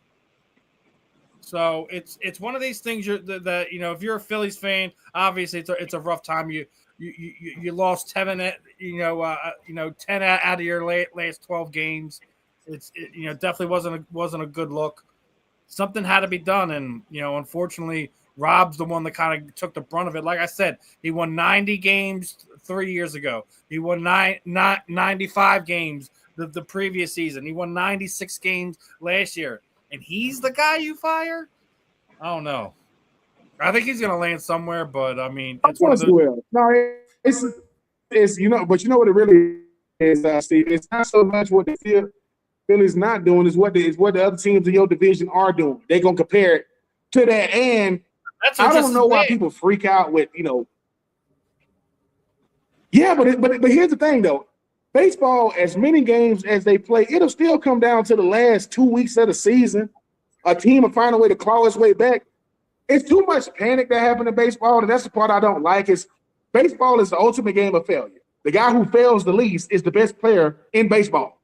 He don't strike out as much. Yeah, I got a lower strikeout percentage. I strike out a lot, but not as much as those guys. My own base percentage, all the other type of stuff. But the Phillies, listen, when you got guys like Bryce Harper and company, when you got big names and still some like faces of baseball and you're not winning, the scapegoat gonna be the manager, because you can't get rid of him.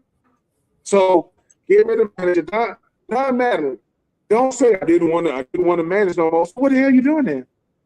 I don't understand that. I don't want to manage no more. Are you managing? Yeah. Well, be quiet. Go out, because you know what Don Mattingly don't really want? If you're the manager, you had nothing to do with what happened before you got here, but you inherit that when you get here.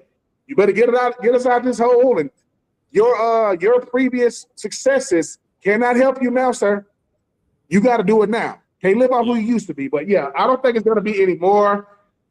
Because you've already had two, which is still rare. I get 1, 2, but it'll be fine. It's too many games of baseball for people to be going crazy. 12 games. You don't want to lose, 10 out of 12 or 11 out of 12, but you can make that stuff up. We're over a month in, so I mean, what about you, Marvin? That's panic. Yeah, so I agree with what Ben said in the first part of that, and I get into that.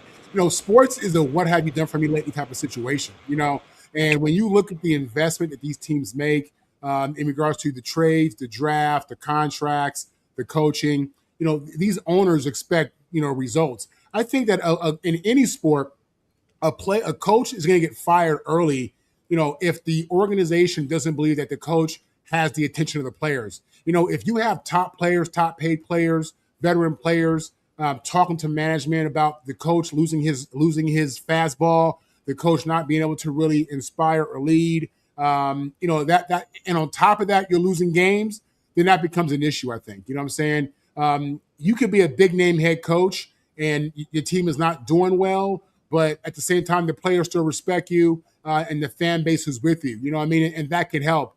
But in certain situations, if you're not winning and the team owner, GM doesn't think that you have that fastball to get this team over the hump, or that you've lost your fastball, whatever it may be, then early in the season, they're going to make changes. Ben said it, you play so many games in baseball, so you kind of feel like, even if you start out slow, you got big league players on your roster. You got guys who have the ability to get it done. So, you can come out of this hole, which teams do all the time. But depending upon the momentum, depending upon, what your players feel about you, depending upon, your ability to still lead men, yeah, man, these coaches get fired all the time. It wouldn't shock me in baseball, and if you saw more firings just because of that. I mean, again, this is what have you done for me lately? And then also you have organizations who already see the end of the road and they want to get to the future as fast as possible. You know what I'm saying? Even if that means they're not going to hire the coach this season, they're going to go with an intern, whatever it may be. I mean, it is what it is, man. They're paying a lot of money for results. So with that said, the standard is high. You got to get it done. And if you don't, you out. We see it all the time. So we shouldn't be surprised when we see it happen here. Like I said, my biggest thing is I think Rob's a scapegoat, but it's one of those things in baseball, and I think Marvin touched on it. If you lost the touch with the players, or as Marvin was saying, if you lost your fastball, it's going to be something that everyone upstairs knows about. But the response from the players have been totally different. Like, it's like, they felt like they got him fired, that Rob didn't get himself fired. Jesus Lazarus, he basically said something like that because he also worked with Rob and he worked with Don when he was in Miami. Kyle Schwarber went out and said something similar, even to the point that the weirdest thing I seen happen was Rob Thompson did like an exit interview with the Philadelphia media, which you almost never see happen in Major League Baseball when the manager's fired, early in the season, mid-season, late season, whatever. You don't ever really see an exit interview like that. So I just thought I just feel like we're putting a Band-Aid over a wound that needs stitches, in my opinion.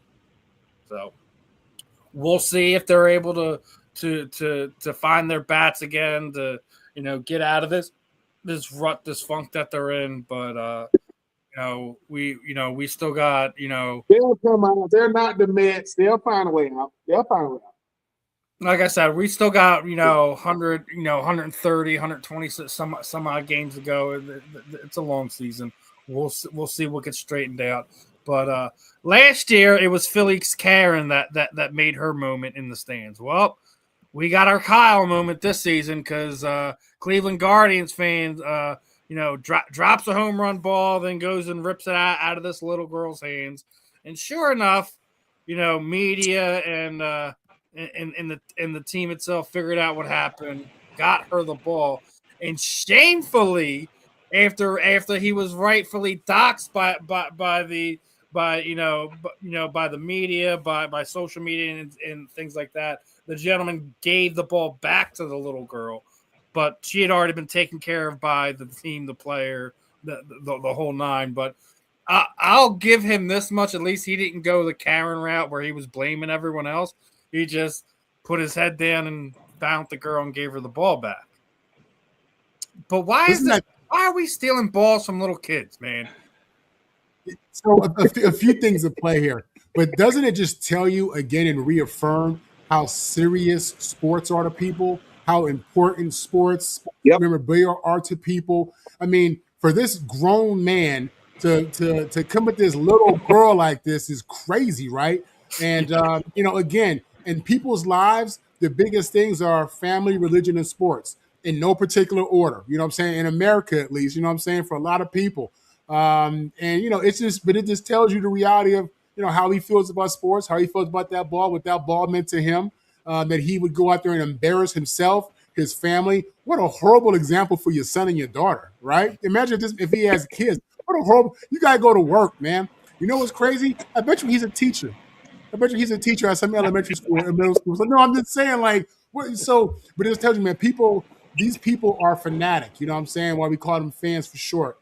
And I'm happy he gave it back after the fact. But listen, in the moment, your heart told you, go get that ball from that girl. You know what I'm saying? Like, that's crazy. It is. That's really how it went down, man. So I hate it for him that he's now infamous. if anything, if it was like a milestone, like home run ball or something like that, that's something I can understand. Causing a dog pile up on a bunch of kids to try to get that ball, because those things usually fetch a pretty penny.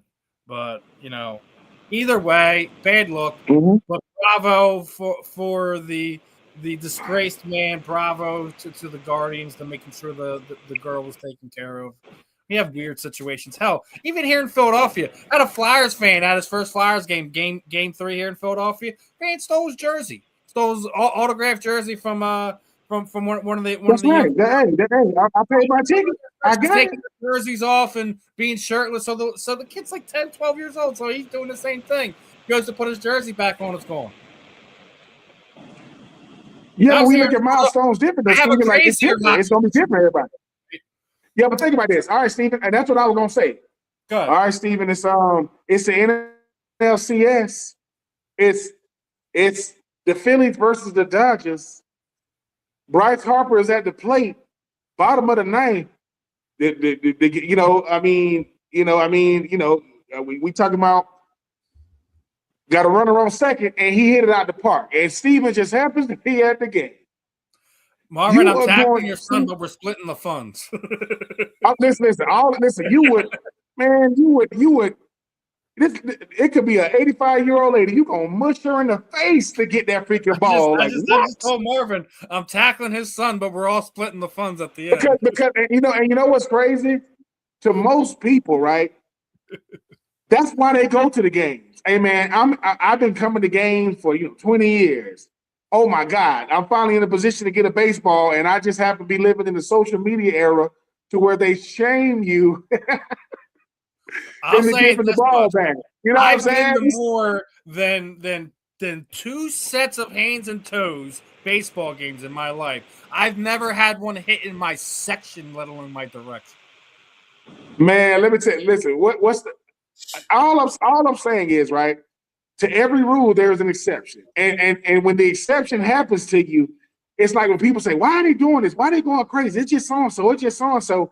Until it's the person you want to see. It's like, you know what I'm saying? Once again, I go back to the red carpet, and we all out there, and they say, "You Marvin Powell the third?" Like, yeah. And they said, like, "You think your dad can name?" And Mom goes, "Actually, I think your dad was good. We got a problem." What'd you just say? Because I'm telling you, we don't play. And when it comes to these sport events, man, Lil Boosie, oh my God. Lil Boosie, he tried to dunk the other week, him and Desi. That was awful. Jumped off the trampoline.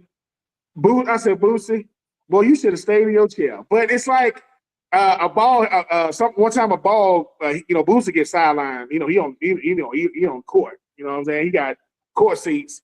A ball came and hit him, and he fell all on the ground like he was all dramatic. Look, man, should he have given the ball back? Yes. Should he have been shamed? They shamed him. This man out on the news, he got to go, like you said, Marvin, he got to go back to work. All this fellow teachers like this, bro, what you doing? What you mean? You give it to the kid. That little girl don't want that ball, man. She don't even know who that is. And I'm like, and then your homies walk by and say, I would have did the same thing. I ain't gonna lie. If I would have been there, they would have had to shame. He wasn't gonna give it up. They shamed him. And you can't enjoy yourself at the game. You know what I'm saying?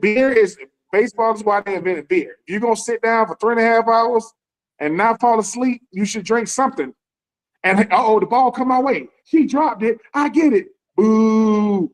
Give up the ball. So, and guess what, Steven? If that's Bryce Harper, in the playoffs, period, it ain't nothing they can. So, Steven, are you going to give it back to her? Absolutely not. And that lady that I mushed in the face, I'll mush her again. I'm not giving her this. I don't care what y'all say. Can't shame me. And they say, it goes up for auction. But that's not even the crazy situation that happened over this past week. Obviously, playoff basketball, playoff hockey, everything's crazy, right?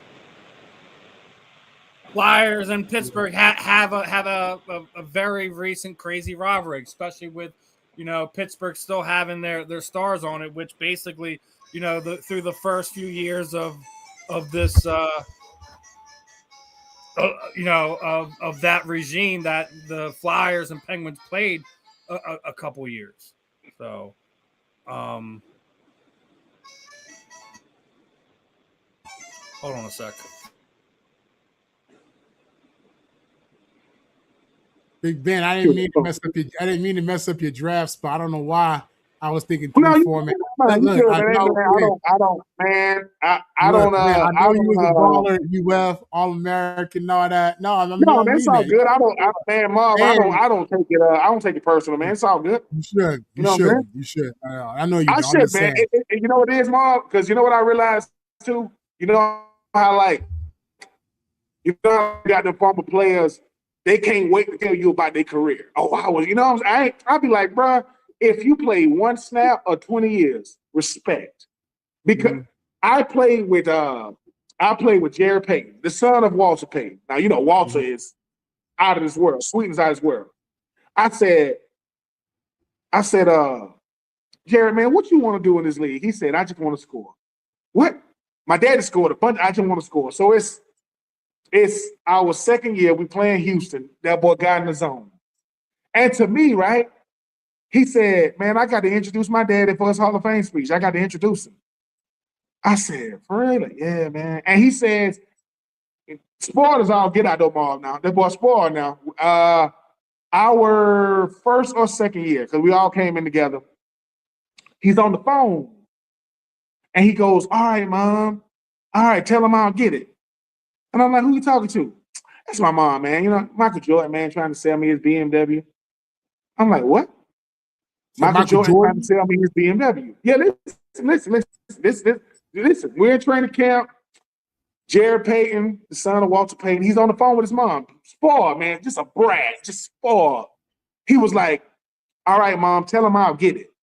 So we was like, who you talking to? We like, oh, that's, you know, my mom saying Michael Jordan want to know, am I going to get his BMW? He had a BMW 760. So he said, yeah, you're going to get it. Here's the arrogance, though. Here's the arrogance. Oh, my freaking God. Michael Jordan had the 2-3 on the back. You know, he took the BMW, he got 2-3 on the back. Do you know Jared Payton took the 2 off and put a 3 on there because he won number 33? I said, what are you doing? I don't want no 23. And then we said, Jared, when you were growing up, did you used to hang out at Michael Jordan's house at Michael Jordan's compound? Like, yeah, y'all used to be over there. You spoiled like a man. Be quiet. Just shut up. Just be quiet. Like, and think about that. And I didn't know what a trust fund baby was then. Yeah. And then Troy Fleming, who played Troy Fleming, who was, I think he's like 4th or 5th all-time rushing in high school. He went to Battleground Academy in Franklin, Tennessee. That joker had to be a fullback at Tennessee. He said, "True, don't let Jared fool you. That boy got $10 million waiting for him when he turned 30." I say, what? Yeah. All he got to do is keep living. Trust fund. And I was like, so I was a little jealous. You know, he had a 760. I had a 750. I could afford a 760. I'm not getting that V12. That's $160,000. I can't. That's too high for me to fly. But I did have a 750. So because I know Jared got Michael Jordan 760, we get to go home and training camp. We get to leave early one day. And I know me and Jared live like in the same spot. So we got out there on 65 South and I hit that thing. Now I got a V10, he got a V12. He's trying to hit it, but he don't know. So I beat him and I got off on my exit. I ain't say nothing. We get the word the next day. What's up, Jared? Oh, true. Listen, I was about to. No, you lost. Listen, you're not going to hit them 12 cylinders, boy. 12? And to this day, when I see Jared, I say, Jared, you still got a Michael Jordan BMW? No, I sold it. Just spoiled. But yeah, man. I mean, people like yourself whose fathers played in the NFL, I don't even want to know what it's like to have to live in that type of legacy.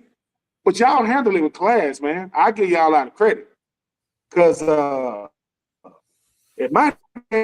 would be so hard. If my daddy was a Hall of Fame caliber player and I'm coming through, you got to deal with me. I'm a work. My shirt says, "Do you know who the hell I am?.com. Do you know who I am? What you mean y'all close? But my daddy was hey, listen, my senior of college, My senior year, I was up for the John Mackey Award. I lost to Kellen Winslow. Kellen Winslow the second. You know, his daddy played for the, Dan Fouts. So when people, mind you, I didn't even know who John Mackey was, not when I was in college.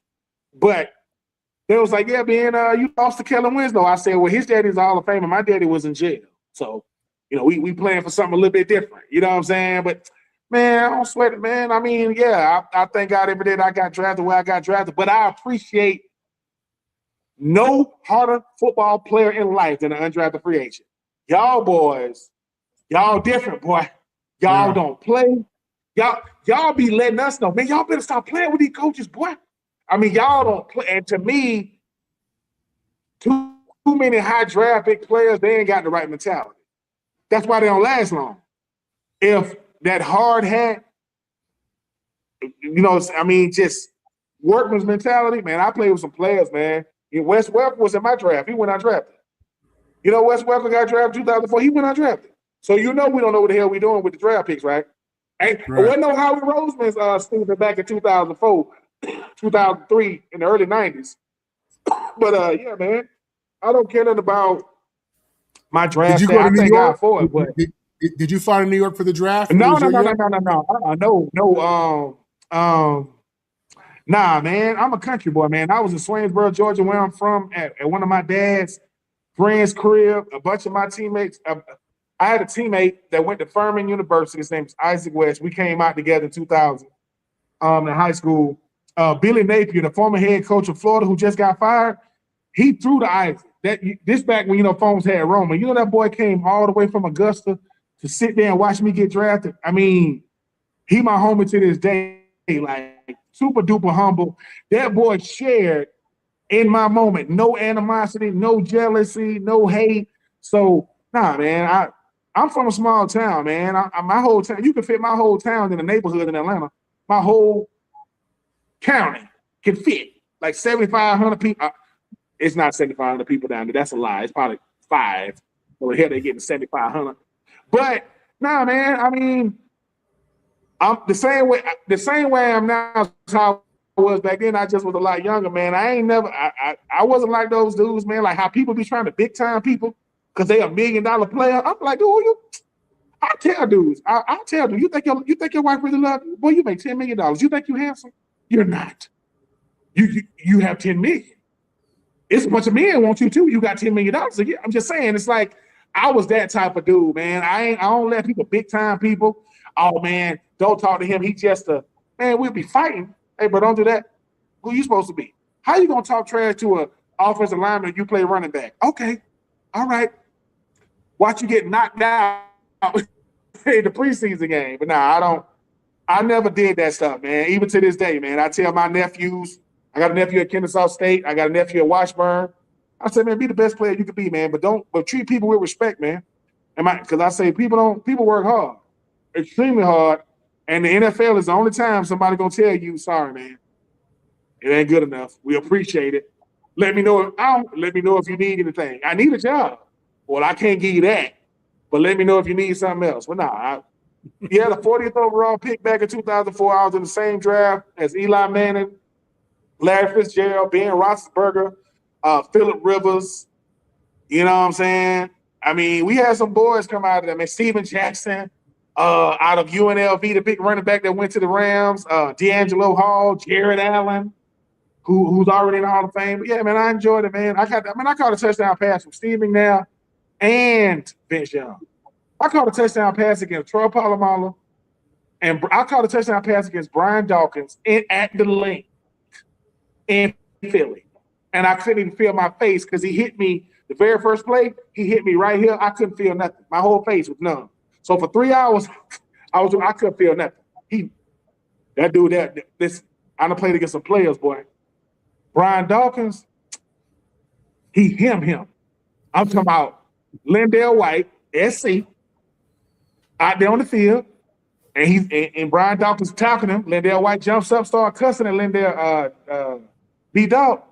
B-Dog jumps up and starts speaking in tongues to Lindell White. Lindell White is scared. Lindell White runs off the field and tells Norm Chow, former SC offensive coordinator, Hey man, y'all need to get that dude, man. There's something wrong with him. And listen, and he got to go back in the game. I said, hey man, that's B-Dog, man. You can't even see his face with that super dog. So yeah, man, my life is a dream, man. I don't take credit for it, man. God knew what he was doing, had fun with it, didn't care nothing about no Pro Bowls. I wish I would have made one. Got to go to the playoffs one time, but we played the Chargers with Phillip Rivers, Sean Merriman, Antonio Gates, LaDainian Tony, not gonna beat Vincent Jackson, Nathan Basher, Antonio Cromartie. How are we gonna beat them? And Vince Young is our quarterback.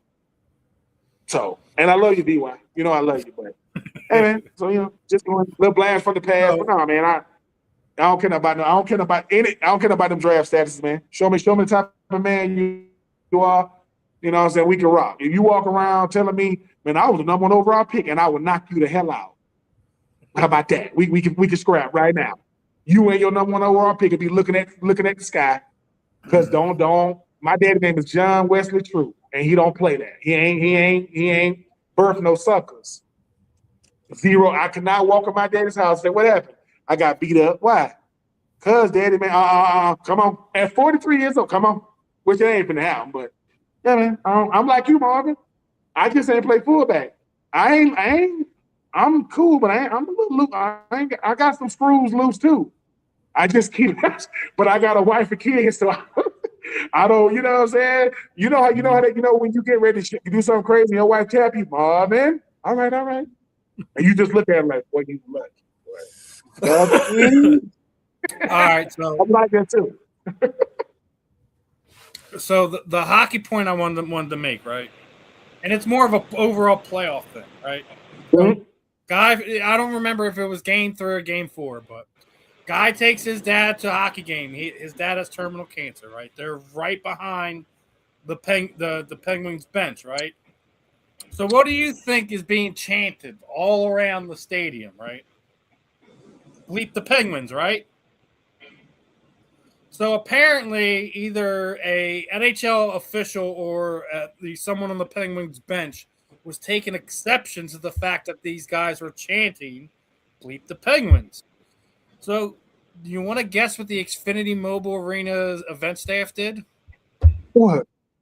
They tossed them out of the game. Man, stop the nonsense. I'm not kidding you, dude. I'm not kidding. $1,300 a ticket. $1,300 a ticket, and they were removed from the stadium because they were saying bleep the Penguins. Not anything personal to a player, not anything about a player's parent, mother, child, whatever. It was just bleep the Penguins. And the entire stadium's chanting it. But we're gonna have these two gentlemen that were behind the glass, behind the Penguins bench, that we're gonna remove them from the game. So they started it. Really I don't know if they started the chant or not, but it was getting rowdy. People were going crazy, and they're around the Penguins glass. And even the guy said, like, I thought when you initially came down, you were saying something about us touching the glass, so I made sure I let everyone know, let's not touch the glass. So it was like the video I seen when the guy was explaining it, he was talking to several different staff members, and he was just trying to get an explanation. He's like, "Are you really throwing us out for saying something that 25,000 other people are saying right now?" He's like, "I don't get it." That has to be some type of. I mean, so when you buy a ticket, there are legal terms attached to the ticket and all that stuff, and there are a lot of things that fans don't realize that. You know what I mean? That you essentially are in contract with somebody, and I guess the way I would look at it is if part of that agreement is that you can't start riots, you can't entice, you can't do that, then that gives them leeway to say, hey, you got to go because you said something bad. But I'm thinking about like NFL games and college games. Ref, you suck. That. How many times have you heard that, right? Or first, where the whole crowd is in unison or whatever it may be. So that's just weird to me. I don't get that. If I was the fan, I would look at some type of legal recourse, to be honest with you. especially with the investment being $1,300 a seat. That's what I'm saying. That's what I'm saying. So, yeah, that's just odd and weird to me. I've never heard of that happening like that. And how you single out two individuals in a crowd of thousands of people, again, it's just weird. That whole situation is part of the game day experience. That's part of the fan experience. That's like part I said, of the player unless you're being experience. particularly rowdy, if you're threatening the security of not just people around you, but the players, that would make sense to me. But they're gonna have to physically carry me out of there. Like I'm not walking. Well, no, and that's where because it wasn't. It was just the event staff. Then there was a member of the Flyer security, because you seen his lanyard. It's black and yellow. It wasn't league official type thing. He said a league official contacted him and then flagged these two gentlemen. So I'm not sure if it was someone from the Pittsburgh bench or the NHL itself, but either way, out of all the places they're going to do it at Xfinity Mobile Arena, it would make more sense if it was happening at Pittsburgh, and you have a Flyers fan that's doing this in Pittsburgh, and they're just trying to keep the peace on their bench. But if you're in Philadelphia, like that's like sitting there throwing out a 6-year-old kid and his drunken father because they're saying F Dallas, right? I mean, what type of language? What type of language do they think happen at sporting events? No. This type of language happens. In my opinion, it would make more sense if this was basketball, because we've seen it a lot more in basketball in recent years, where fans that are courtside are just taking too many liberties with the players, and they're being removed from the games. We've seen that. It's not like it's a new thing.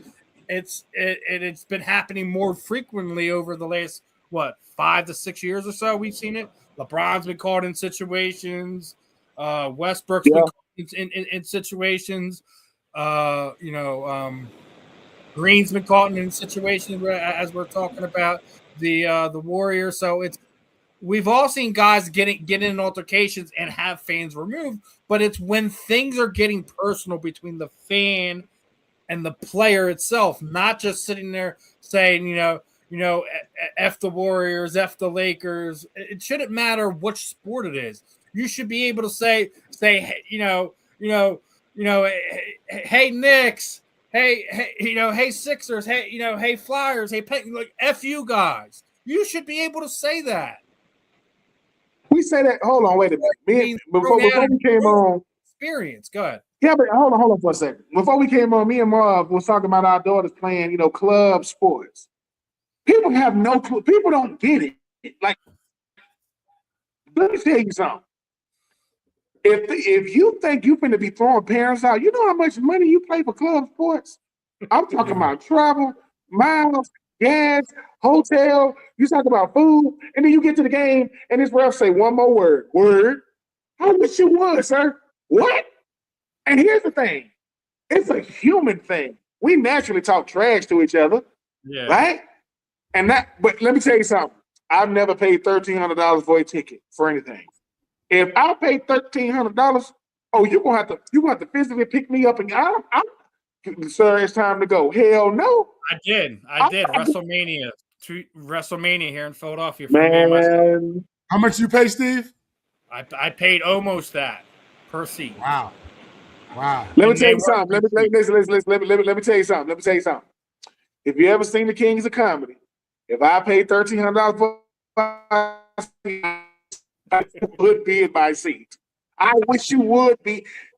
I'm gonna tell everybody I see. I go to say, hey man, good game, but I paid $1,300 for these seats.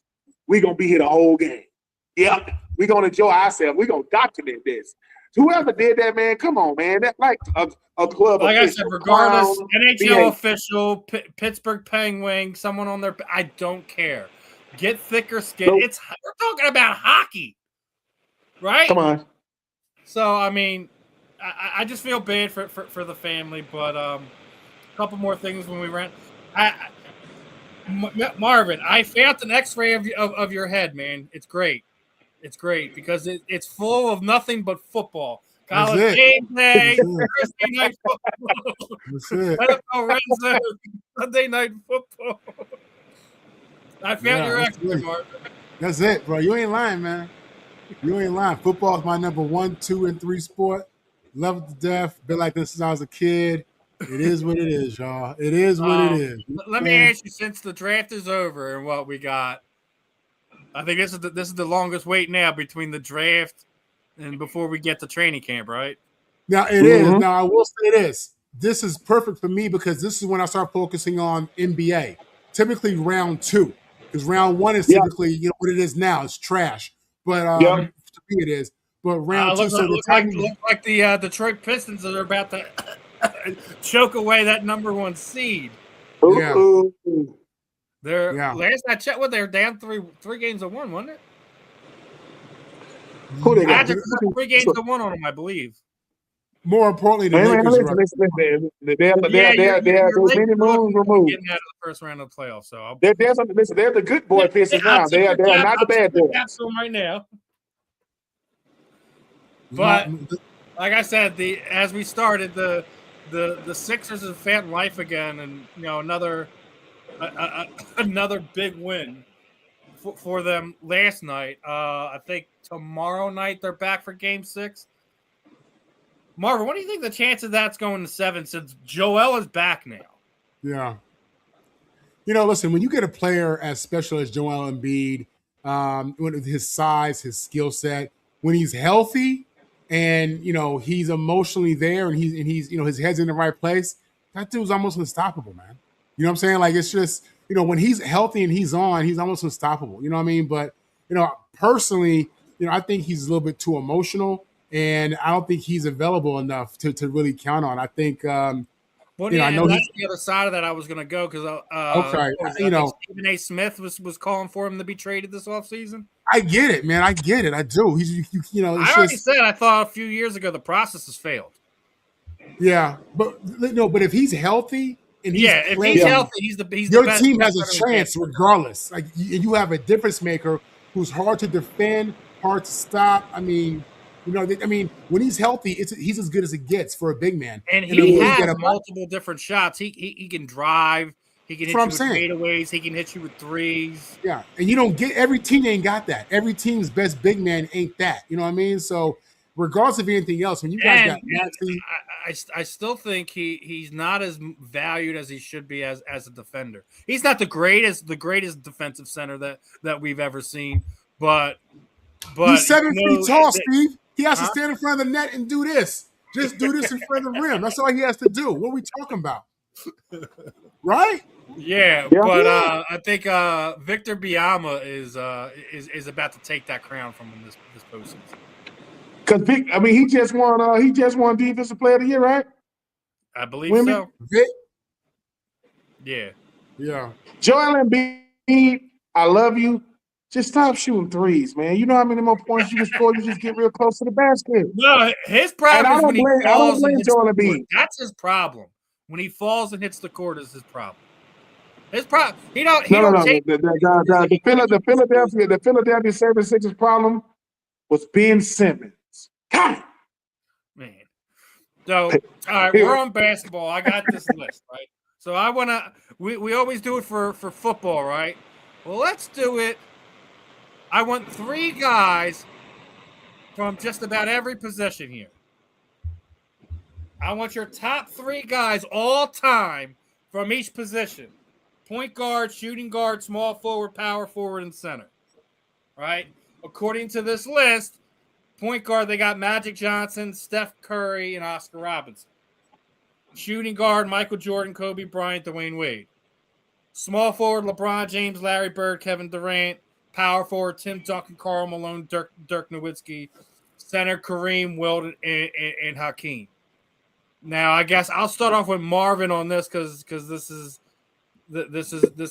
basketball is your second love of sports here. Is there anything you would want to disagree with? Who's your top 3 in each of those positions? Do you agree with the list mostly? Is there someone you want to add in? The only thing that I really was just wondering, because I didn't see for the center, I see Kareem and Wilt. I couldn't see number 3. I know it's Hakeem. Yeah, it's Hakeem Olajuwon. But my thought was, is it going to be Shaq? Because when Shaquille O'Neal was in his prime, and we're talking about we can go 8 years, right? Who in the world in the history of basketball is stopping that man? And you know what I'm saying? So I got none but love for Kareem. I think he's one of the most underrated players in NBA history because he played so long ago, but people don't realize how dominant he was. Will forget about it. And so I have no problem with those two being 1 and 2.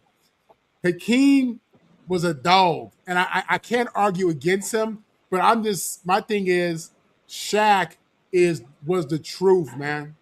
Huge. Showed up. He played a game in the paint. Like these dudes don't know how to play right now.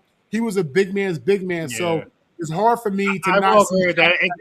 It's hard to keep Kareem out, but I still think Shaq motivated, healthy, and had more than just a pile of peanuts around him. He was something special to watch for more than a 5-year stretch. So I will agree with you on that one. I think that on that center list you'd add them, but power forward, I don't really have an argument with you there. Small forward, no argument really with you there. I mean, is there anyone else you think you should be added to this? I mean, people gonna get mad if I say it. And don't be careful if someone's mad. I'm gonna say it's your list. Listen, I'm gonna keep saying this. Listen, I think with the point guards, Magic, yes. Steph, yes. I know Oscar Robertson averaged a triple-double. He was him. But if I only get 3, I got Steph, I got Magic, and I got Isaiah. Isaiah Thomas. Man, and this dude did it.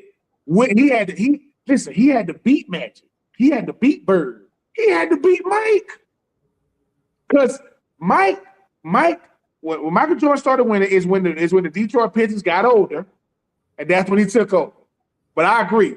And when it comes to the centers, I would keep Kareem. I would keep Hakeem. I would take out Wilt, and I would add Shaq. I think Shaq was better than Wilt. Love Wilt, though he had the 100-yard. I would take out Wilt. I think that's more controversial than your first comment. It is. Look. I mean, Hakeem had the dream shape. Shaq had the Shaq, and Kareem Abdul-Jabbar had the most unstoppable move. You know what I'm saying? The sky hook. It's the most unstoppable move in basketball today. Mm-hmm. This list is going to be interchangeable depending on who you ask and when you ask. But I know people go, Oscar Robertson, you're going to put in Isaiah Thomas? Yep. You're going to take out Wilt and put in Shaq? Yep. Shaq. I would say this.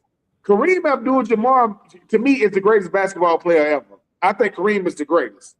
He was the greatest in high school. He was the greatest in college. He was the greatest. They retired the jersey with Milwaukee. They retired the jersey with the Lakers.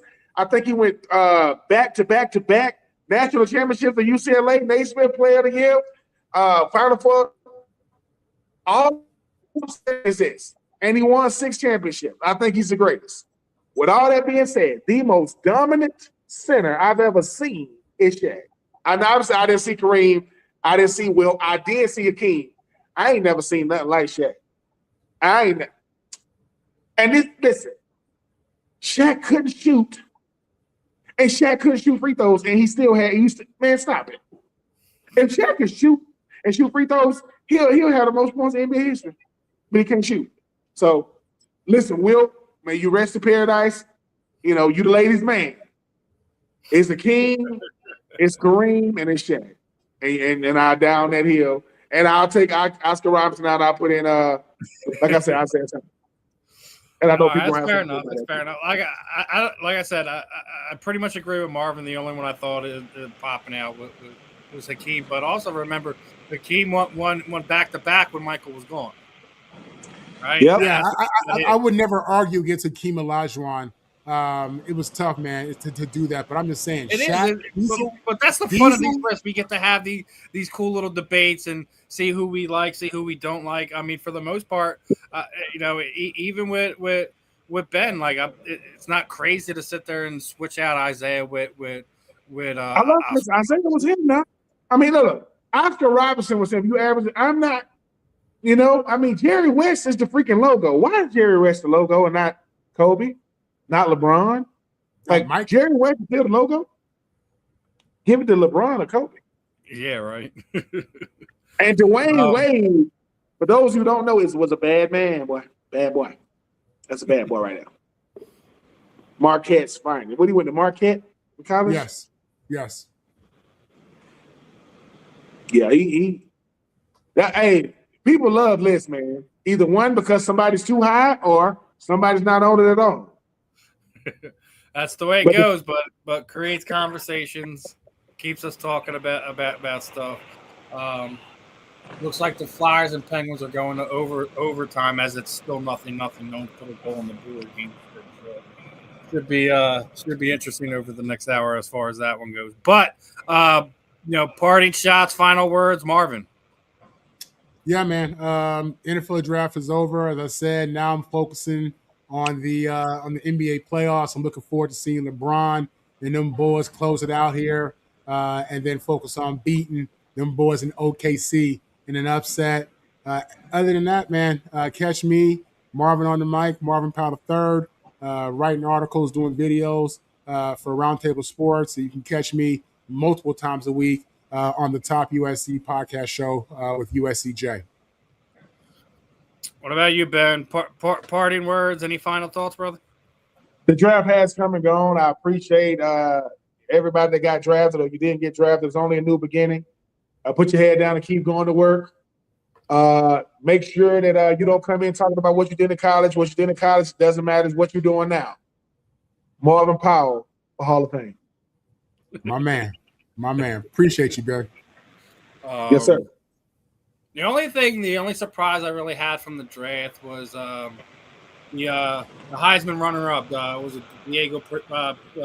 Previlla? Yeah. Didn't get drafted, but he did Life sign comes at your fast, boy. Life comes at your fast.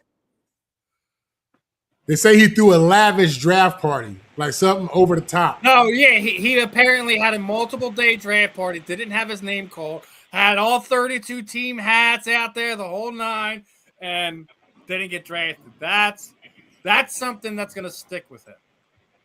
That's something. And I think he got invited to the Ravens camp. They signed him to a 3-year deal. Oh, okay. Well, look, I mean, look, he's and that's because he did have an agent. There was rumors. I don't know if it was last week, the week before, that he didn't have an agent. He does have an agent. It's first round management. He'll be all right. He won't be look.